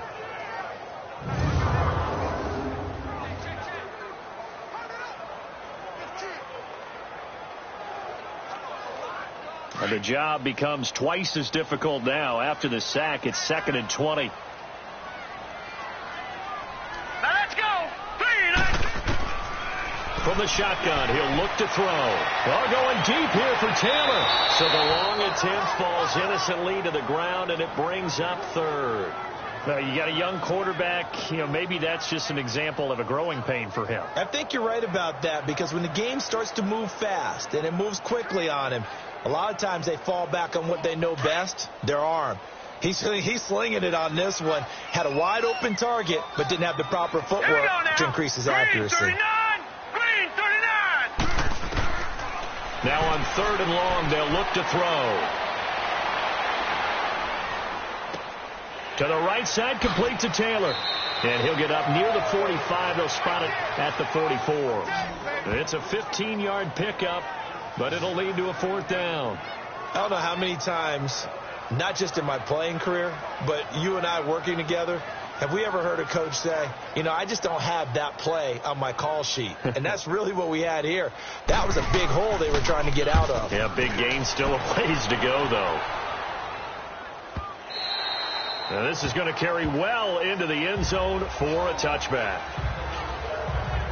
Now the Broncos offense, they get set to head back onto the field. And tough to win games if you're going field goal here. They got field goal last time. Now they'll be looking for a touchdown. They're looking for the big chunk now because, as you noted, the field goal way of doing it makes it that much harder, puts more pressure on every possession for you now. Go ahead and get 6 and feel a lot more comfortable about the position they're in. Bigger chunks. We'll see if they can get the score. Keenum going to lead the Broncos up now 1st and 10 at the 20.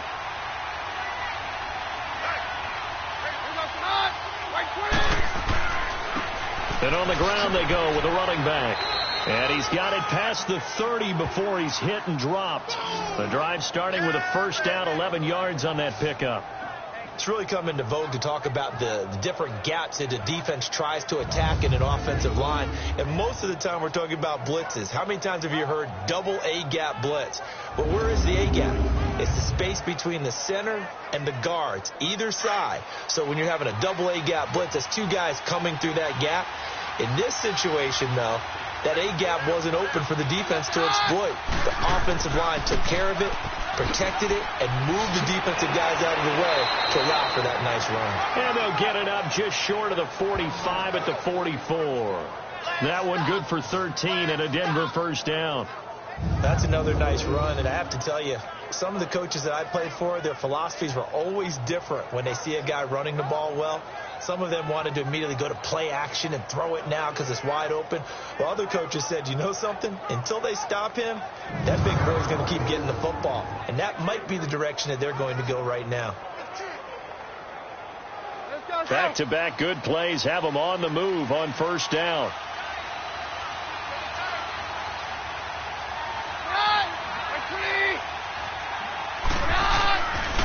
This is Freeman.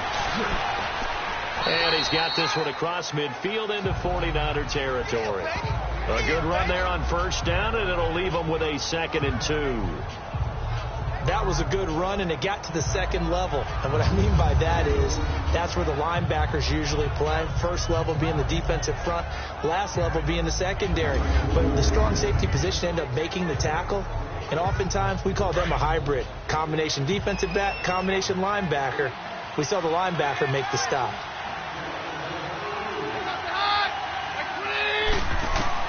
And now they'll throw with Keenum.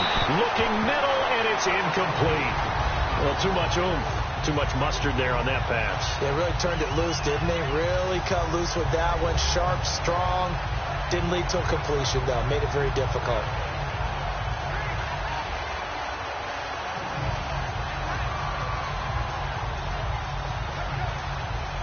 This offense in desperate need of a conversion as they come up on third down.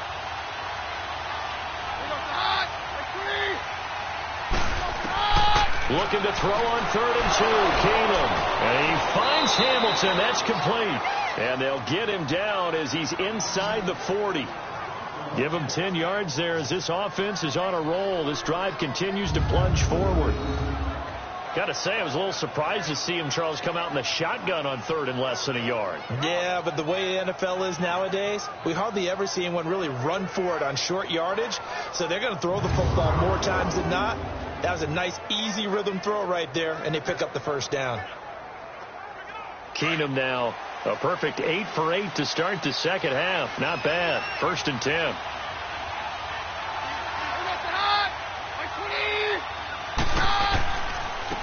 And they'll go ground game here with a tailback. Give him 9 on the carry that time, and they're set up with a 2nd and 1. This drive is turning into an extended one, and the guy carrying the ball, he's becoming more like a body blows guy. Every carry is putting some damage on the defense. So after a while, I'm not too sure how many guys are going to want to run up and tackle him. Let's go.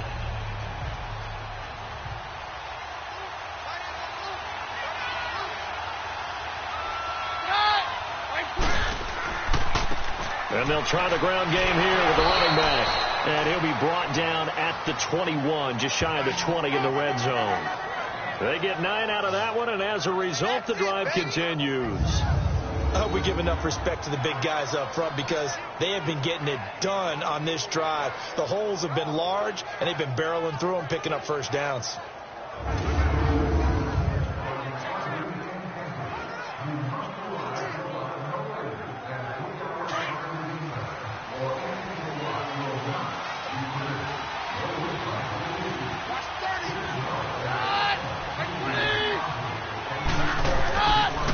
Play action. Now Keenum. Looking left side, and he's got a man. It's Lindsey. And he'll take it down here just shy of the 15 at the 16-yard line. It'll be a gain of 6, and it'll make it a 2nd down. He's already proven to be a factor in the running game on this drive. Now he gets involved in the passing game. I think what we're seeing here is the modern version of workhorse in the NFL, being able to run it and catch it with equal proficiency. 6 yards was the pickup on the last completion, so here's 2nd and 4. Here's Freeman, and he'll get 4 there, down to about the 12-yard line. Now, they struggled to get him rolling on the ground in the first half, and that's sort of continuing here in the third quarter. Yeah, but I don't think it's time to abandon the running game. I would say keep feeding the horse, and I believe he'll eventually reward them, especially as we get deeper in the game.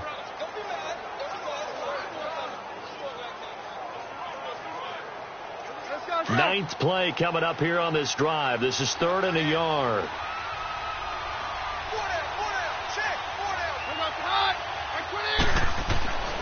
Keenum. And this is going to be incomplete. These guys had to settle for a field goal their last time moving the ball down the field. They may have to do it again on this drive. That could be frustrating. Yeah, I don't want to be cliche, but at least they were able to get 3 last time. 3 here, not the worst thing in the world. So out comes the field goal team now for the second time here today.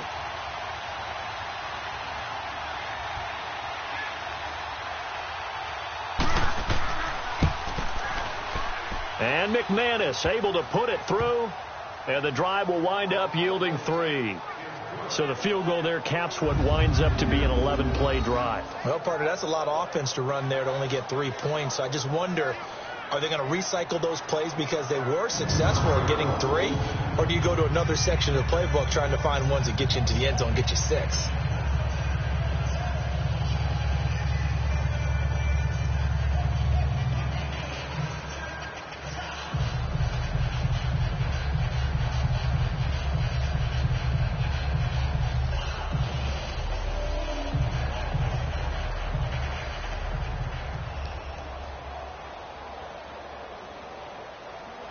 After splitting the uprights, McManus to kick it away. This is fielded at the goal line.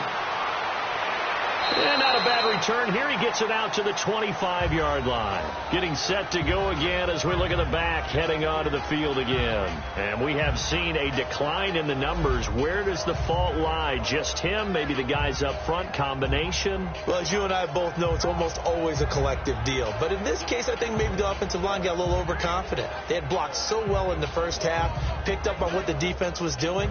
I think we've seen an adjustment now that they have not picked up on, and now they're being a little bit overwhelmed.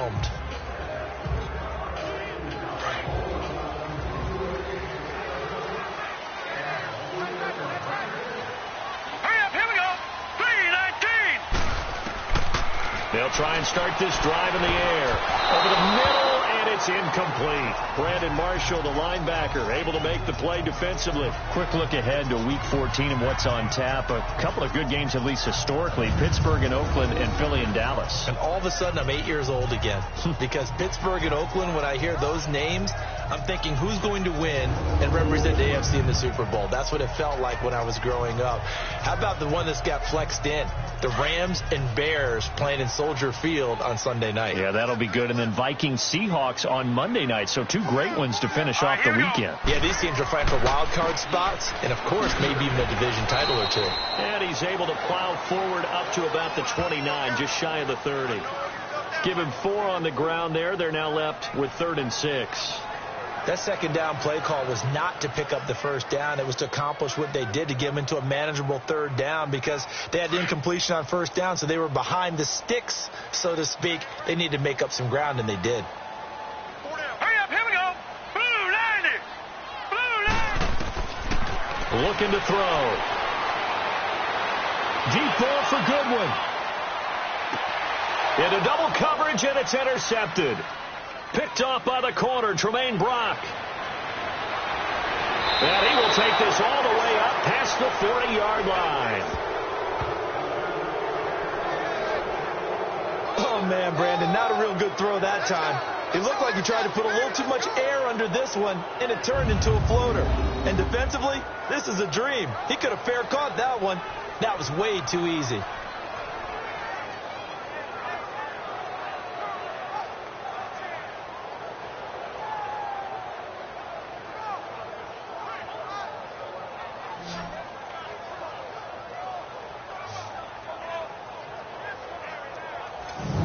Denver getting set to take the field. And a methodical drive last time, but they couldn't get that knockout blow. They had to settle for 3. But you got to like what they've been doing along the way, right? It's almost like the body blows, the setup punch. As you said, they didn't get the knockout blow here, but that doesn't mean it can't come later in the game on another possession. And the defense on the other side, maybe a little gassed, right? Yeah, a little tired. And if nothing else, they just feel relieved getting off field, only giving up 3. They don't exactly feel like they've handled the offense. Keenum going to lead the Broncos up now 1st and 10 at the 41-yard line. And they'll run it here. And he will be brought down at about the 43 that time. 2 yards on the pickup there. It'll be 2nd and 8. And this is why aggressive defensive coordinators love to blitz. It wreaks havoc because they end up taking their attention to the blitzers, freed up the D lineman to make the play.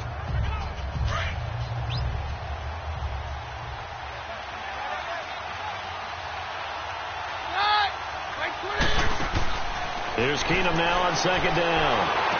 And he goes out of bounds. It looks like right at the 50. The reception good for 7. It's third down. If you're running out route, it's likely you're going to end up near the sideline. And what did we just see there?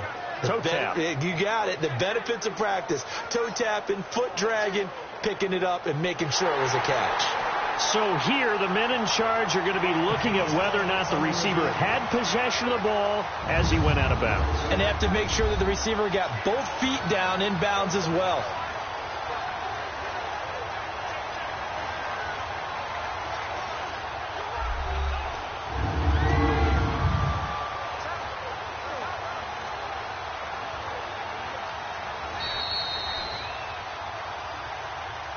After review of the play, the ruling on the field stands. Well, he challenged the play. It did not pay off. And that means he lost a timeout in that challenge. And as a coach, you hate that. Don't know if you took the advice of the player, you threw it yourself, but it didn't go your way. At the end of the day, it all comes back to the head coach. He has the final determination on whether to actually challenge the play or not. In this case, it didn't pay off for him. And that's got to be so heartbreaking. You throw that flag, you probably feel really confident, and then all of a sudden, boom, you lose the challenge.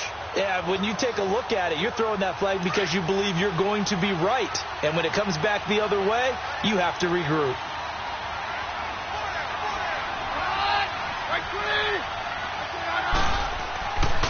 On third down, that's Lindsey. And he's going to have a first down as he's brought down at the 44-yard line. They get 6 on the pickup there as the drive will continue. Well, someone's been having a good game so far, and you know something? A lot of it's been power running. They decided to turn him loose again on third down, didn't they? They did indeed. He delivered the tough yards.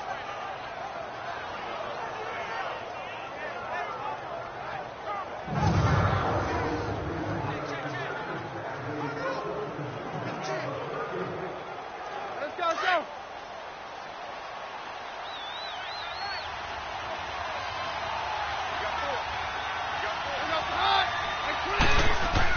On first down, Keenum. It's a short one here, complete to the tight end. And he's going to get this one down to the edge of the red zone. That one goes for 24 yards. But when you hit him on the move like that, and he's able to get into open field with a full head of steam, oh, boy, it's going to be tough to get him down. Yeah, there was a big window. They're lucky they did get him down.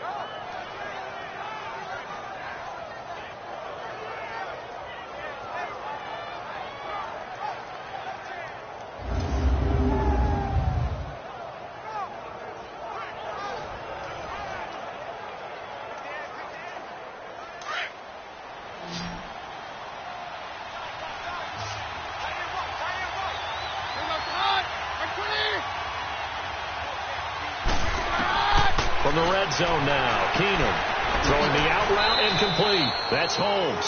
And he'll go down here at the 12-yard line. A good pickup there. 8 yards on the first down completion.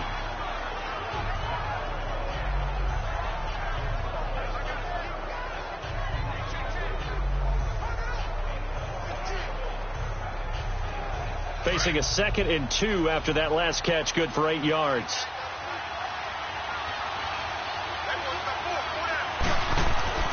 Keenum trying to lob it in there, but it's incomplete.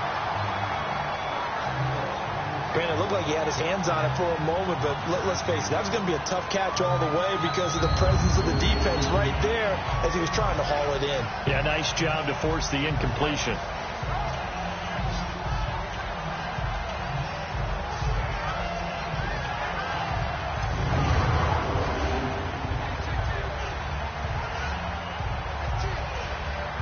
After the incompletion, here now, 3rd and 2.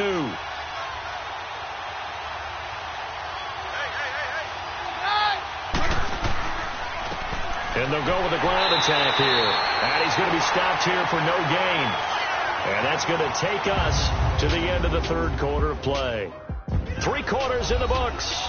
We'll return with more after this. You're watching the NFL on EA Sports. Back now here in Santa Clara. It's the Broncos trailing, but they do have possession of the football as we begin quarter number 4.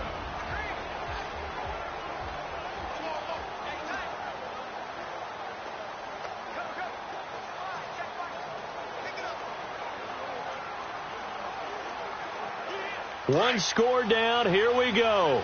They're going to go for it here on 4th down.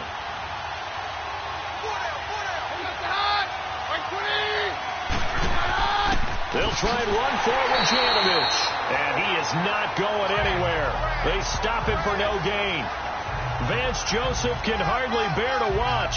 And the 49ers are going to get the football back. Out comes this field general once more, leading his offense back onto the field. And boy, Charles, they have to find a way to just get him some time to breathe back there. He's been pressured throughout this game.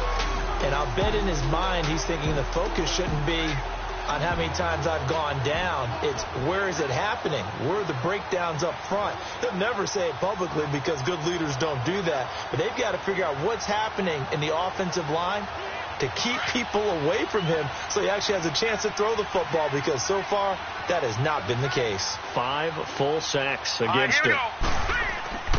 A handoff to Breida to begin the drive. It's a loss of a yard there, and now 2nd down. Came out in a power set, but that only served to put more men in the box. And guess what? If you're going to do that, you've got to win up front, right? Your offensive guys have got to beat the defenders. They lost all leverage on that play. A loss of a yard there to start out. That leads to a 2nd and 11. Now let's go. On play action, they'll throw. And this one taken in on the right sideline, but not in the field of play. They say it's incomplete. The throw led him a little too far. It brings up 3rd down. I think he's a little trigger happy right there, and it turned into an ill-advised throw into their zone. Well, we know he has confidence. He'll throw it any place, anytime, anywhere. That time it fell incomplete. An incomplete pass on that last play, and that means they'll need to come up with something here on 3rd down. Let's go. Blue line it. Blue line it. Back to throw here. And look at this. They get the turnover they needed. It's intercepted. Picked off by the corner, Bradley Roby. A critical error there in a tight game of the 4th. All you talk about is taking care of the football, and especially with a lead here in the 4th quarter. Turning it over, now the door is open for the opposition. Just in general, when you're passing in the 4th quarter with a lead, no matter what point, you got to be super careful. Got to be careful, and sometimes you can be so careful that you end up running yourself into an error. Here's the Denver offense now as they get set to take over here. They had a great drive going last time. They were moving the ball, and then all of a sudden it just stalled out. So we'll see what they can do here, Charles. And it's always easy to second guess when you don't get it on a 4th down try. But they had to like the feeling that they had going on offense. They want to continue to see if they can capture that again on this drive and maybe get in the same position. Yeah, and that's, I mean, like I said, they were moving the football. It's not like they went 4 and out, so I don't think it's a deal where the offense doesn't have confidence. No, I agree with you totally on that one. If anything, they may have gained more confidence. Okay, they stopped us once. That's all right. Let's keep moving it. Make them do it again. Now, the first play of the drive there is incomplete. Sometimes the coverage is so good, no matter what you're doing on offense, you just can't shake anyone free. They try their best to find someone open, but they took away every passing alley, every angle, and shut the play down. Here now is 2nd and 10, again from the 41. Back to the air. Keenum on 2nd down. That is incomplete.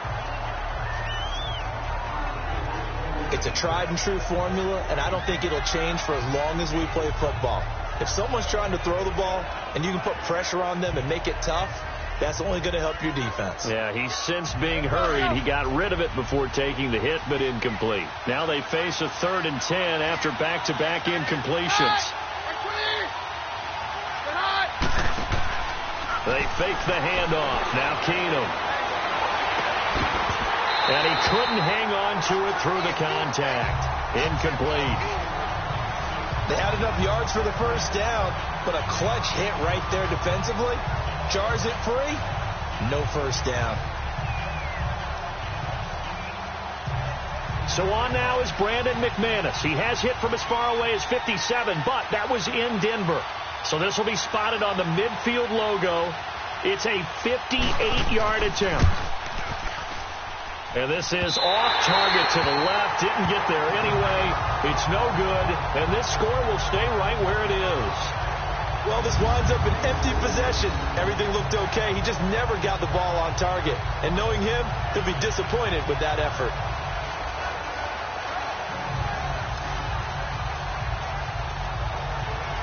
And San Francisco gets set to go here. And following the interception, just any interception, are you a little bit more cautious when you start that next drive, or no, you just throw that out the window? I think you are. I don't think that there's any way you can run back out there and go, totally didn't affect me. Let's just go ahead and be loose with the football again. You're going to take care of it, but you have to be careful about being too cautious because now you can't run any offense at all. Still want to attack. We'll see how they attack them here. Good starting field position for the 49ers as they have it 1st and 10. Here we go now. And they'll go on the ground. It's a 6-yard gain on the ground, and that'll make it 2nd and 4. I like a guy who understands the situation. I also like a guy who you look at him and you say, that looks like a guy who knows the coach is going to say, guess what? You drop this one, you'll be carrying around the training facility for an entire week. Maybe flashback to high school or college, carrying it around campus, right? The old gauntlet drill, right? Anyone get the ball out while he's sitting in class and bring it back to the coach? He's in big trouble. They're going to look to throw. Wide open receiver complete. And he's going to be taken down here with a penalty flag on the field. Holding offense. Well, there have been a ton of sacks. They were just trying to prevent another. So what you're telling me is the conventional way has not really worked for them, huh? Not at all. Not at all. So he tries to grab him here, and they still get caught.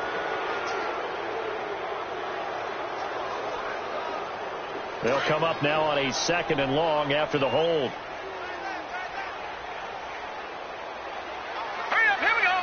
3-19. Now they'll throw here out of the gun. And the hit jarred it loose. It's incomplete. That would have been a great catch, but it's real difficult to hold on to it because it was contested all the way. Would have been a great play if he'd been able to haul that one in. An incomplete pass on that last play, and that means they'll need to come up with something here on 3rd down. Here we go now. Green 39. Green 30. They'll look to throw here. Throwing right, and that's complete. And he'll take it down shy of the 45 at the 46. Well, they pick up 10, but it'll still lead to a 4th down. Now, that's often a surprise for the defensive guys when they see the big fella slide out of the backfield and catch the ball. Not something they usually go over in practice very often. Here's Bradley Pinion now. He's been terrific. So, they come after him, and it's blocked. It's picked up. Remember, the ball is live. And they'll wind up taking over in plus territory at the 40-yard line. Well, they were ecstatic to get the stop and get the ball back. Now they get that punt block. Here we go. And what that play does is anyone who is teetering on the fence on their sideline, wondering about winning the game, it brings them squarely back on the side of, yes, we can get this done. And now you've got a great energy that goes throughout the team. And Denver getting set to take the field.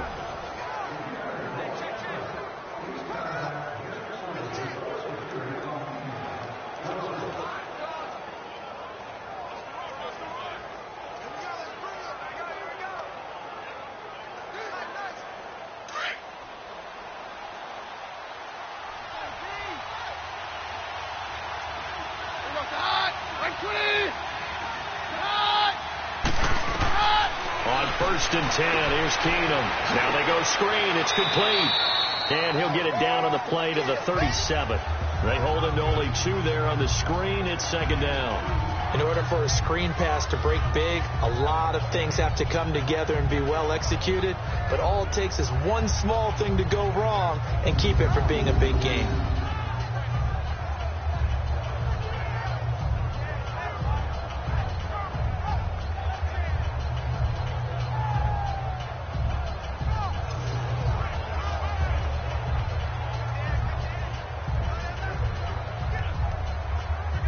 So 2nd and 8 here after the pass play for 2 yards on first down.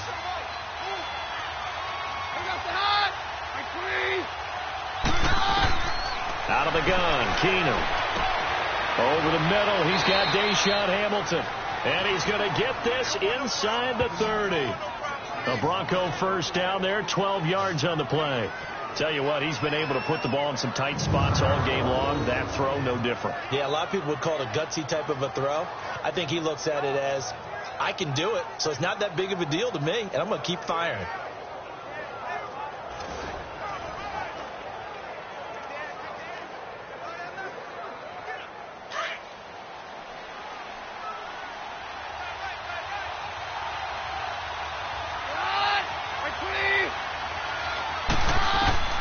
Throwing on first down is Keenum. That is caught at the 7. That one goes for 24 yards. This offense can certainly move quickly when they want to. 3 plays, 3 pass completions. In the blink of an eye, they've got a 1st and goal. Almost felt like a lightning bolt hit in this game, didn't it? For them to get downfield that quickly. And now 1st and goal, expect them to tackle right here on this play.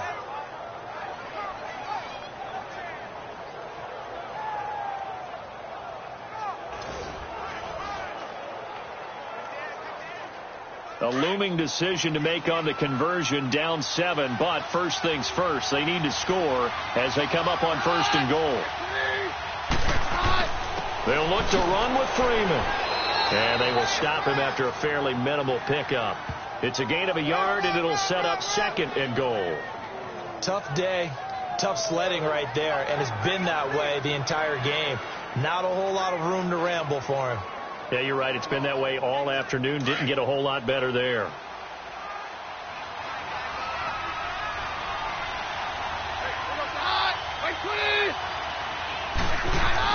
Now Keenum throwing on 2nd. And he is into the end zone for a Denver touchdown. In for the score. And the Broncos are an extra point away from tying the football game. Boy, it's nice to have that big, reliable target you can go to. Each and every time. A lot of people see that position as a fallback. Throw it to them when all else fails. Not at all. This guy can make plays, and that's exactly what he just did. Yeah, play here for a touchdown.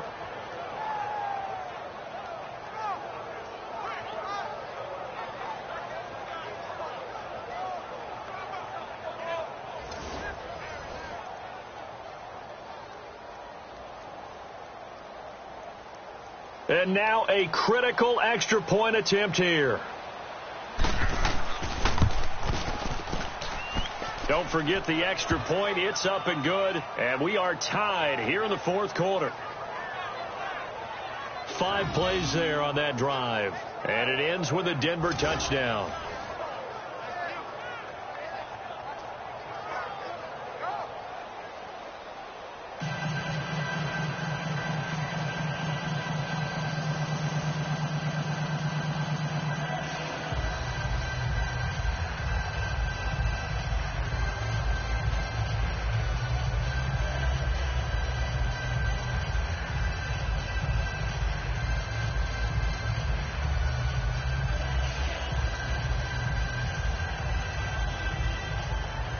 So here comes the kickoff now, all even here in this 4th quarter. That'll be taken in the end zone. And no run back here. This will be a touchback, and it comes out to the 25-yard line. Now here's the signal caller getting ready to lead this offense again. So, Charles, there are the numbers. What's happened here? Defensive adjustments that's caused him to sort of fall off a bit? I think so. That has to happen. You've got to make some changes because in the first half, they were pretty effective. But the second part is sometimes when you're doing really well, you get off your game a little bit. You get off the gas a little. You're like, okay, we've got this thing. And that's not necessarily the case. Maybe right now, someone just needs to tell a joke in the huddle, loosen things up, and get their big guy going again. Now a play fake here on first down. And oh, look at that, a diving catch. Give him 13 yards on the opening play of the drive and also give him a first down. And that's how you throw for a whole heap of yards in a game. You get efforts like that from your receivers. How about him laying out for that catch? Yeah, excellent. Makes the quarterback look a whole lot better.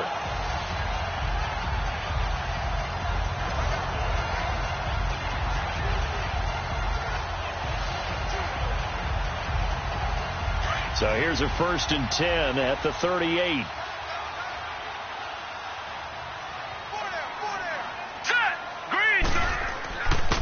Now it's Morris. And he'll muscle his way up to the 43 for a pickup of right around 5. And that's one of the reasons you like to blitz even on run downs. It confuses the blocking assignments. It doesn't allow those offensive linemen to get up to the second level.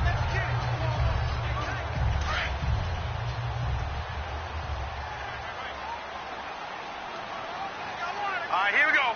Blue 90. Blue 90. Hot.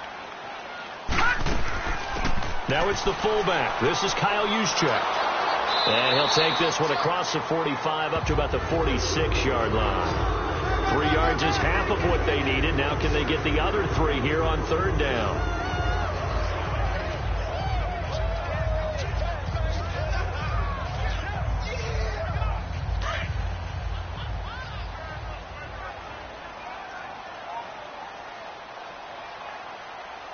Here we go. Green 39.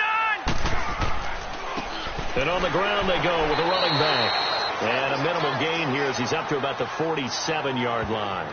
Just a yard on the run there, and that's going to bring us to a 4th down. This late in the game, Charles, I think you maybe seriously have to think about going for it. Especially where they are in terms of field position, because this is almost like no man's land. Might hurt your punter because there might not be enough space, maybe too far for your field goal kicker. I'm like the old rule. Possession is 9/10 of the law. Possession is 9/10 of winning the game. Go for it. Get the 1st down. Close it out. Set. 319. Now back to throw. Blitz coming, and down he goes. Derek Wolfe in there to record another sack. Their 6th of the afternoon. Boy, an incredibly aggressive move to go for it there. Game tied 4th quarter. You got to be surprised. I am, and I know that we're in a new era of football where we look at the analytics sometimes, and a lot of time the analytics tell you to go for it, right? But do the analytics take into account game situation, where we are, all those things? In this situation, I thought it was an incredibly aggressive play. It didn't work out, and again, tie game 4th quarter makes this thing a little bit more interesting.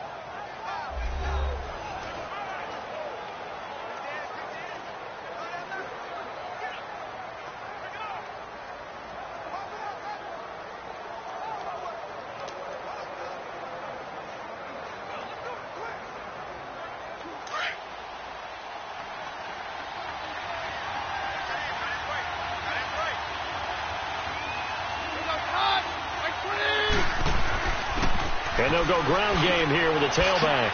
And he's going to get this inside the 30. That one going for a gain of 11 and a Bronco 1st down. Oh, that's one to warm the hearts of all those old school football players, isn't it?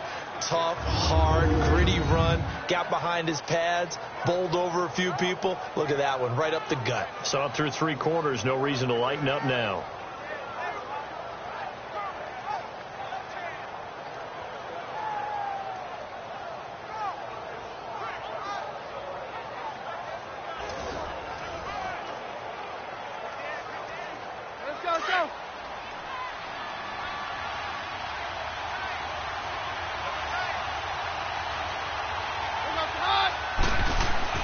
Now a 1st down throw. Keenum. And his throw's going to be incomplete. Parker the intended target, and it's 2nd down. Before the game, they were running the route tree about as efficiently and effectively as we could have possibly imagined, but sometimes the passes just go awry. Yeah, let's face it. When you're running the route tree in pregame, you don't have defenders breathing down your neck. You don't have defensive backs making plays on the football. Hard to replicate the intensity of the game in pregame. And they'll try the ground game here with the running back. And he'll get it down inside the 20 to the 18-yard line. A nice job to get 8 there after the incompletion, and now they'll look at a 3rd and 2 coming up. That was a good run, probably right on the edge of breaking into something really big. So the defensive guys right now are talking about, okay, what can we do to slow him down before he truly gets started?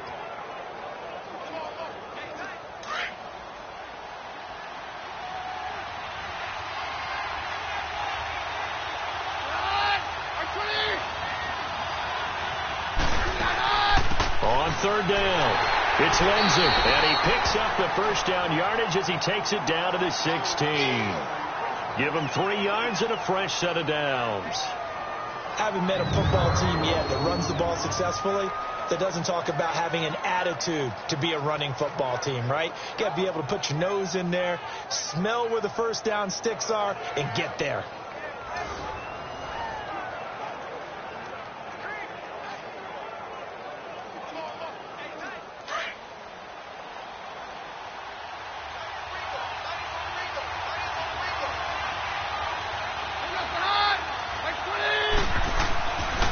And they'll run it here. And maybe a measure of revenge there. He's had his way in this one, but this time they get him behind the line. They'll wind up losing 3 yards here. And that'll make this a 2nd and 13. So while the offense has had a big day, no one on that side of the ball is excited about seeing a loss like that. Their goal, to make every play positive. And when you have a bad one like that, your next goal is to not let it spiral into more.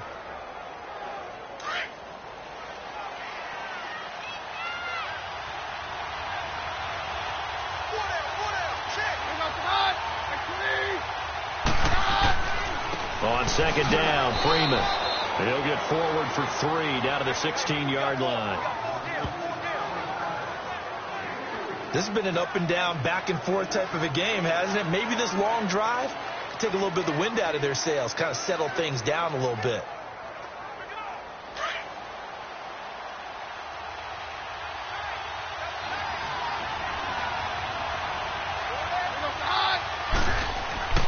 On 3rd down, it's Freeman. No gain there on the play, and that's going to leave him with a 4th down. Have to kick this field goal, don't you? No question about it. Look at the clock. Look at the situation. Kick the field goal.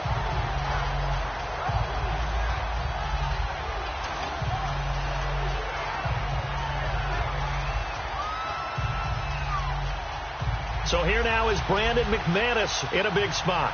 This to break our 4th quarter tie.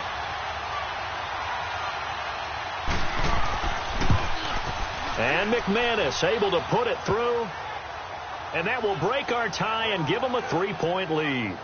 So the drive here ends with a field goal. It does give them the lead, but this one's still certainly a long ways from over. It definitely puts a lot of pressure on your defense to hold the lead, right? They're happy to have it and happy to be out there trying to do so. But I know as a former player, in the back of their mind, they're thinking, why don't you score the touchdown and seal this thing?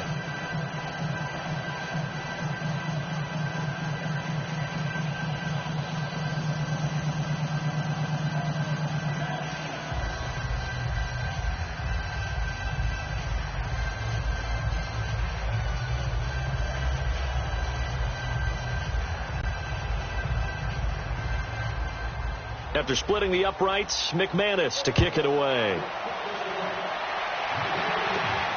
This is taken at the 3. And he'll take this across the 25, a couple extra yards, up to the 27-yard line. The 49ers offense now, they work their way back onto the field. And on that last drive, went for it on 4th, turned it over. A good job by their defense, though. They held them to 3, but this offense, they've got to be a little bit better, a little bit more careful here. And sometimes when you see these calls on 4th down, when they decide to go for it, it's not necessarily the coach saying, I believe in my offense. Sometimes the coach saying, I believe in my defense. I can afford to go for it here, because if we don't get it, I don't think we'll give up more than 3. And that's exactly what happened. You think that factored in? I do. I think that he had that in his mind going into the game, that I'm going to be aggressive on offense because I know I've got a defense that can hold up their end. And that's off the mark, incomplete. Kyle Juszczyk, the fullback, the intended target. And that'll bring up 2nd down. All right, that one fell incomplete there, but the best quarterbacks, they'll miss on 40% of their throws, somewhere in that neighborhood, similar to a great hitter in baseball who's going to fail 7 out of 10 times and still have a great year. In this case, you want perfection, but way better that it hits the ground instead of going to an opposite color jersey. Now he'll look to throw here on 2nd and 10. And that's going to be too high, out of bounds and incomplete. Here's a play fake as they set up to throw. And he's going to be intercepted a 3rd time. It It's Chris Harris with a pick, and they will set up shop in enemy territory at the 42-yard line. Boy, what a turnaround. They exited the lockers with a nice lead, and now all of it for 3. They've got the lead. They're not going to play this conservative. They're not hoping for another field goal. They're hoping for a touchdown. I'm with you on that one. I like where your head is. I like the way you're thinking because you're exactly right. Trying to sit on a lead and play that way, that doesn't work too well for most teams. Run your offense. Run what you do best. Exactly. Put it all the way down and try to increase your lead in a big way. And the best way to do it, touchdowns. Do my eyes deceive me, or is he getting stronger as this game moves along? Burst seems just as good here in the 4th as it was way back in the 1st, doesn't it? I do believe someone put a lot of time in the offseason and continues to condition during the season in order to continue to carry the ball at this rate. Right back to him on 1st down. And he's going to take this one down to the 25. It's a 7-yard carry to set them up with a 2nd and 3. Offensively with the lead, you want to run the ball, keep the clock going, but you also want to still kind of be in attack mode too, right? So how do you do that and not come back on your heels? Yeah, think about all the practices we've watched where they have that tempo period to go over things just like this, where they describe the scenario, tell you what they're looking for, and make sure that they're still attacking, yet at the same time not going so fast as to leave too much time on the clock. Picked off by a Keller Witherspoon. Brandon, these cornerbacks had their hands full all afternoon long, but they finally get a measure of revenge as he gets himself in a nice spot. He's able to get 2 hands on the football and pick it off.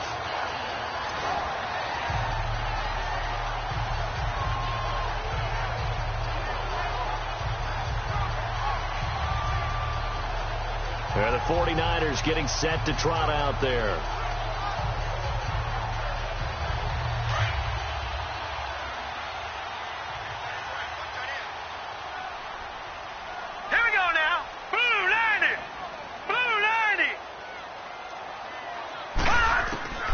Trying to shake off the interception from the last drive. He'll look to throw. And the Broncos get there and take him down. Derek Wolfe in there to get him his 2nd sack now of the afternoon. This offensive line flat out cannot handle this pass rush. We've seen it demonstrated time and time again to the tune of 7 sacks in this game thus far. Got to assume this defense will be charging again here. It's 2nd and 15.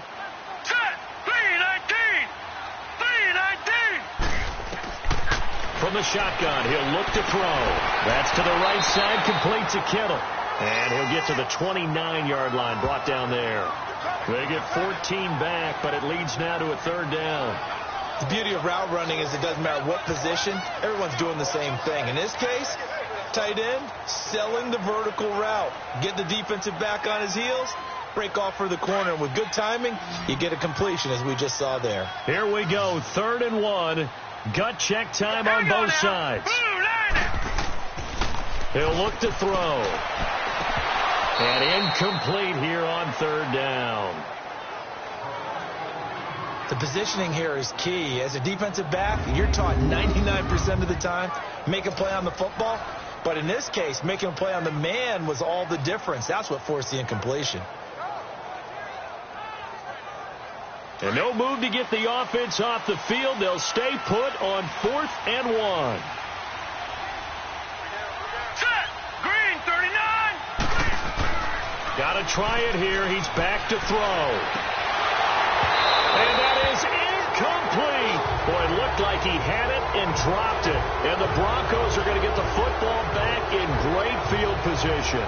So obviously that one really hurts not to be able to convert. But this one's not over yet, Charles. Look at the clock, and then also 2 timeouts still left for him. And if I'm coaching the defense, I think I'm going all out. And what I mean by that is nothing but pressure packages going at them. I'm going to force them on offense to kind of gamble a little bit because I will leave openings. All right? You can sting me, but how often will they want to do that? They're going to want to run the ball and bleed the clock.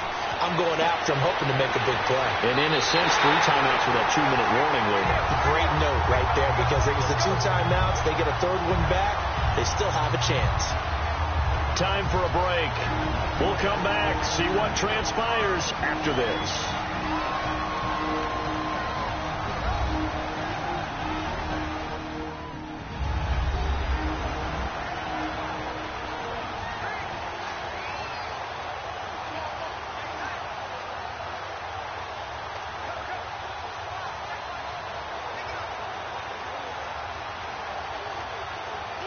So it's Bronco football as we get your reset here. And let's see what they've come up with offensively after having time to talk it over. Now it's Freeman. And they go the wrong way here. Knocked back to the 20. And now right out of the 2-minute break, we'll get a timeout used defensively with 1:56 to go.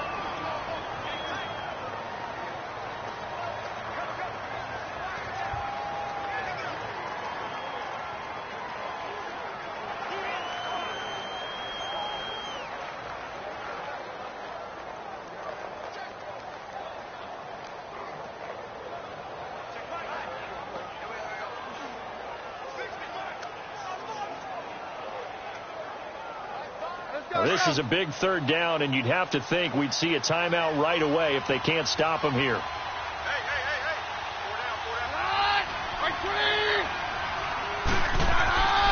On third down, that's Lindsey, and he gets this down to the 18, good enough for a first down.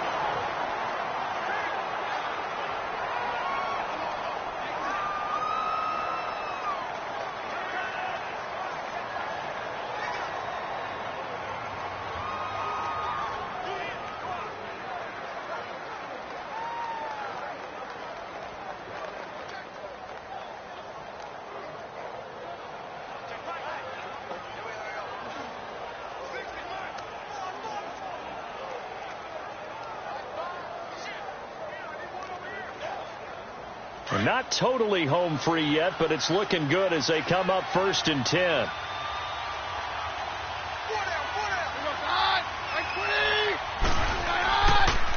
And they'll go with the ground attack here.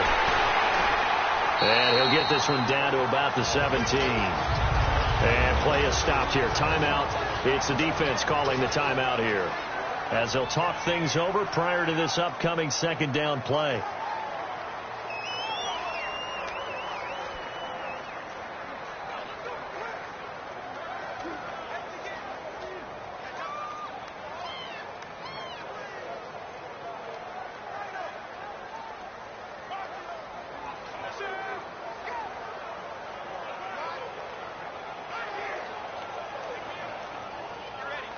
So 2nd and 9, and you'd have to figure just about all 11 probably crashing the line here.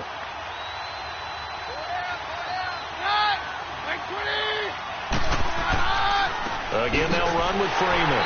And they're going to lose some on this play. Being knocked back to the 18. That'll be a loss of a yard, and it leads to a 3rd down.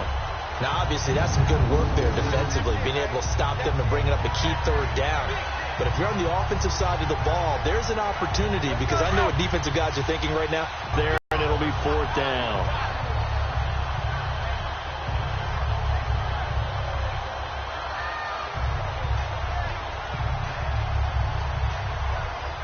So now one of the biggest kicks of the night is forthcoming. This will be a 34-yard attempt. And McManus able to put it through, and that will double their lead as it's up to 6. So they get the 3, but you wonder now, is that going to be enough? Excellent question, because when I look at the smiles on that side of the field, they're a little tight, aren't they? If they had scored a touchdown there, those would be big half-moon grins right now, because they feel a whole lot better about their position. And a touchdown in the other direction, all of a sudden they're down.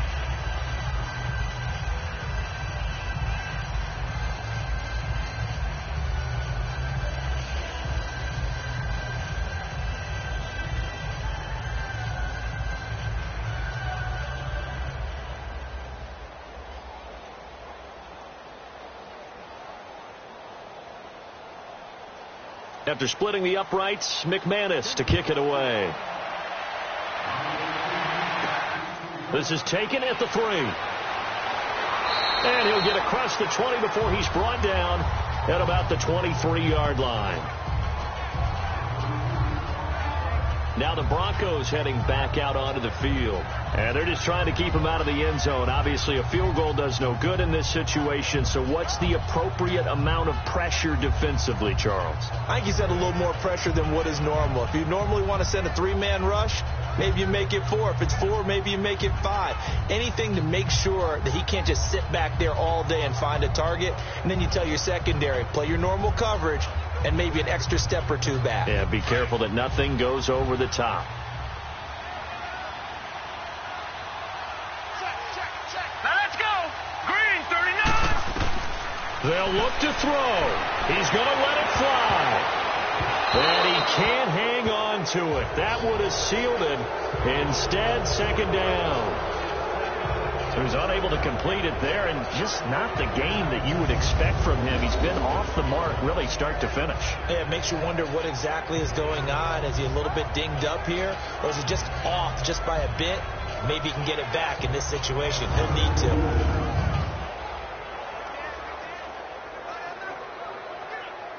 Once again, they'll go from the 23-yard line on 2nd and 10. Hurry up, here we go. Green, 39. Green. He'll look to throw. And that is incomplete. 7 seconds remaining. There's definitely contact there, but it's the 4th quarter of a kind of tight game, and sometimes the officials just say, let them play. Kind of like your mom used to, you and your brothers, just take the broom to you and send you out to the backyard and tell you to settle it yourselves. I like that, yeah. There was contact. I don't know, like you said, enough to warrant the flag. It was close, though.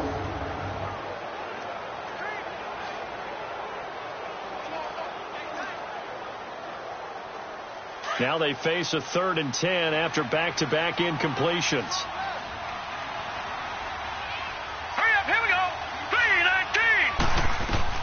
Back to throw. And, a crusher there as it's intercepted. Picked off by the corner, Bradley Roby. And that one, it's going to hurt big time. You're in the 2-minute drill trying to get your guys down the field, and it's looking like they're going to go up just short, as this is definitely not his best throw. And it'll wind up being intercepted.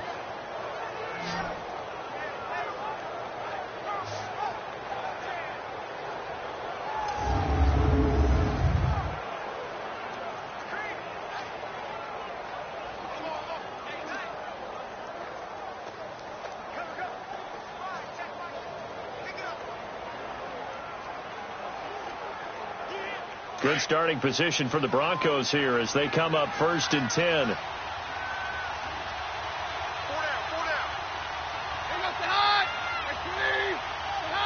To his knee goes Keenum, and that should be the ball game. Well, I know at points in this one you wanted to close your eyes because of all the points that were being put on the scoreboard. You're a defensive guy, but it was a fun little track meet, wasn't it? It was, and you know the people who really enjoyed this game? They're the ones that like going to batting practice at the Major League Baseball parks, right? Seeing the 14-11 game, that sort of deal. That's right up their alley with what we saw in this one.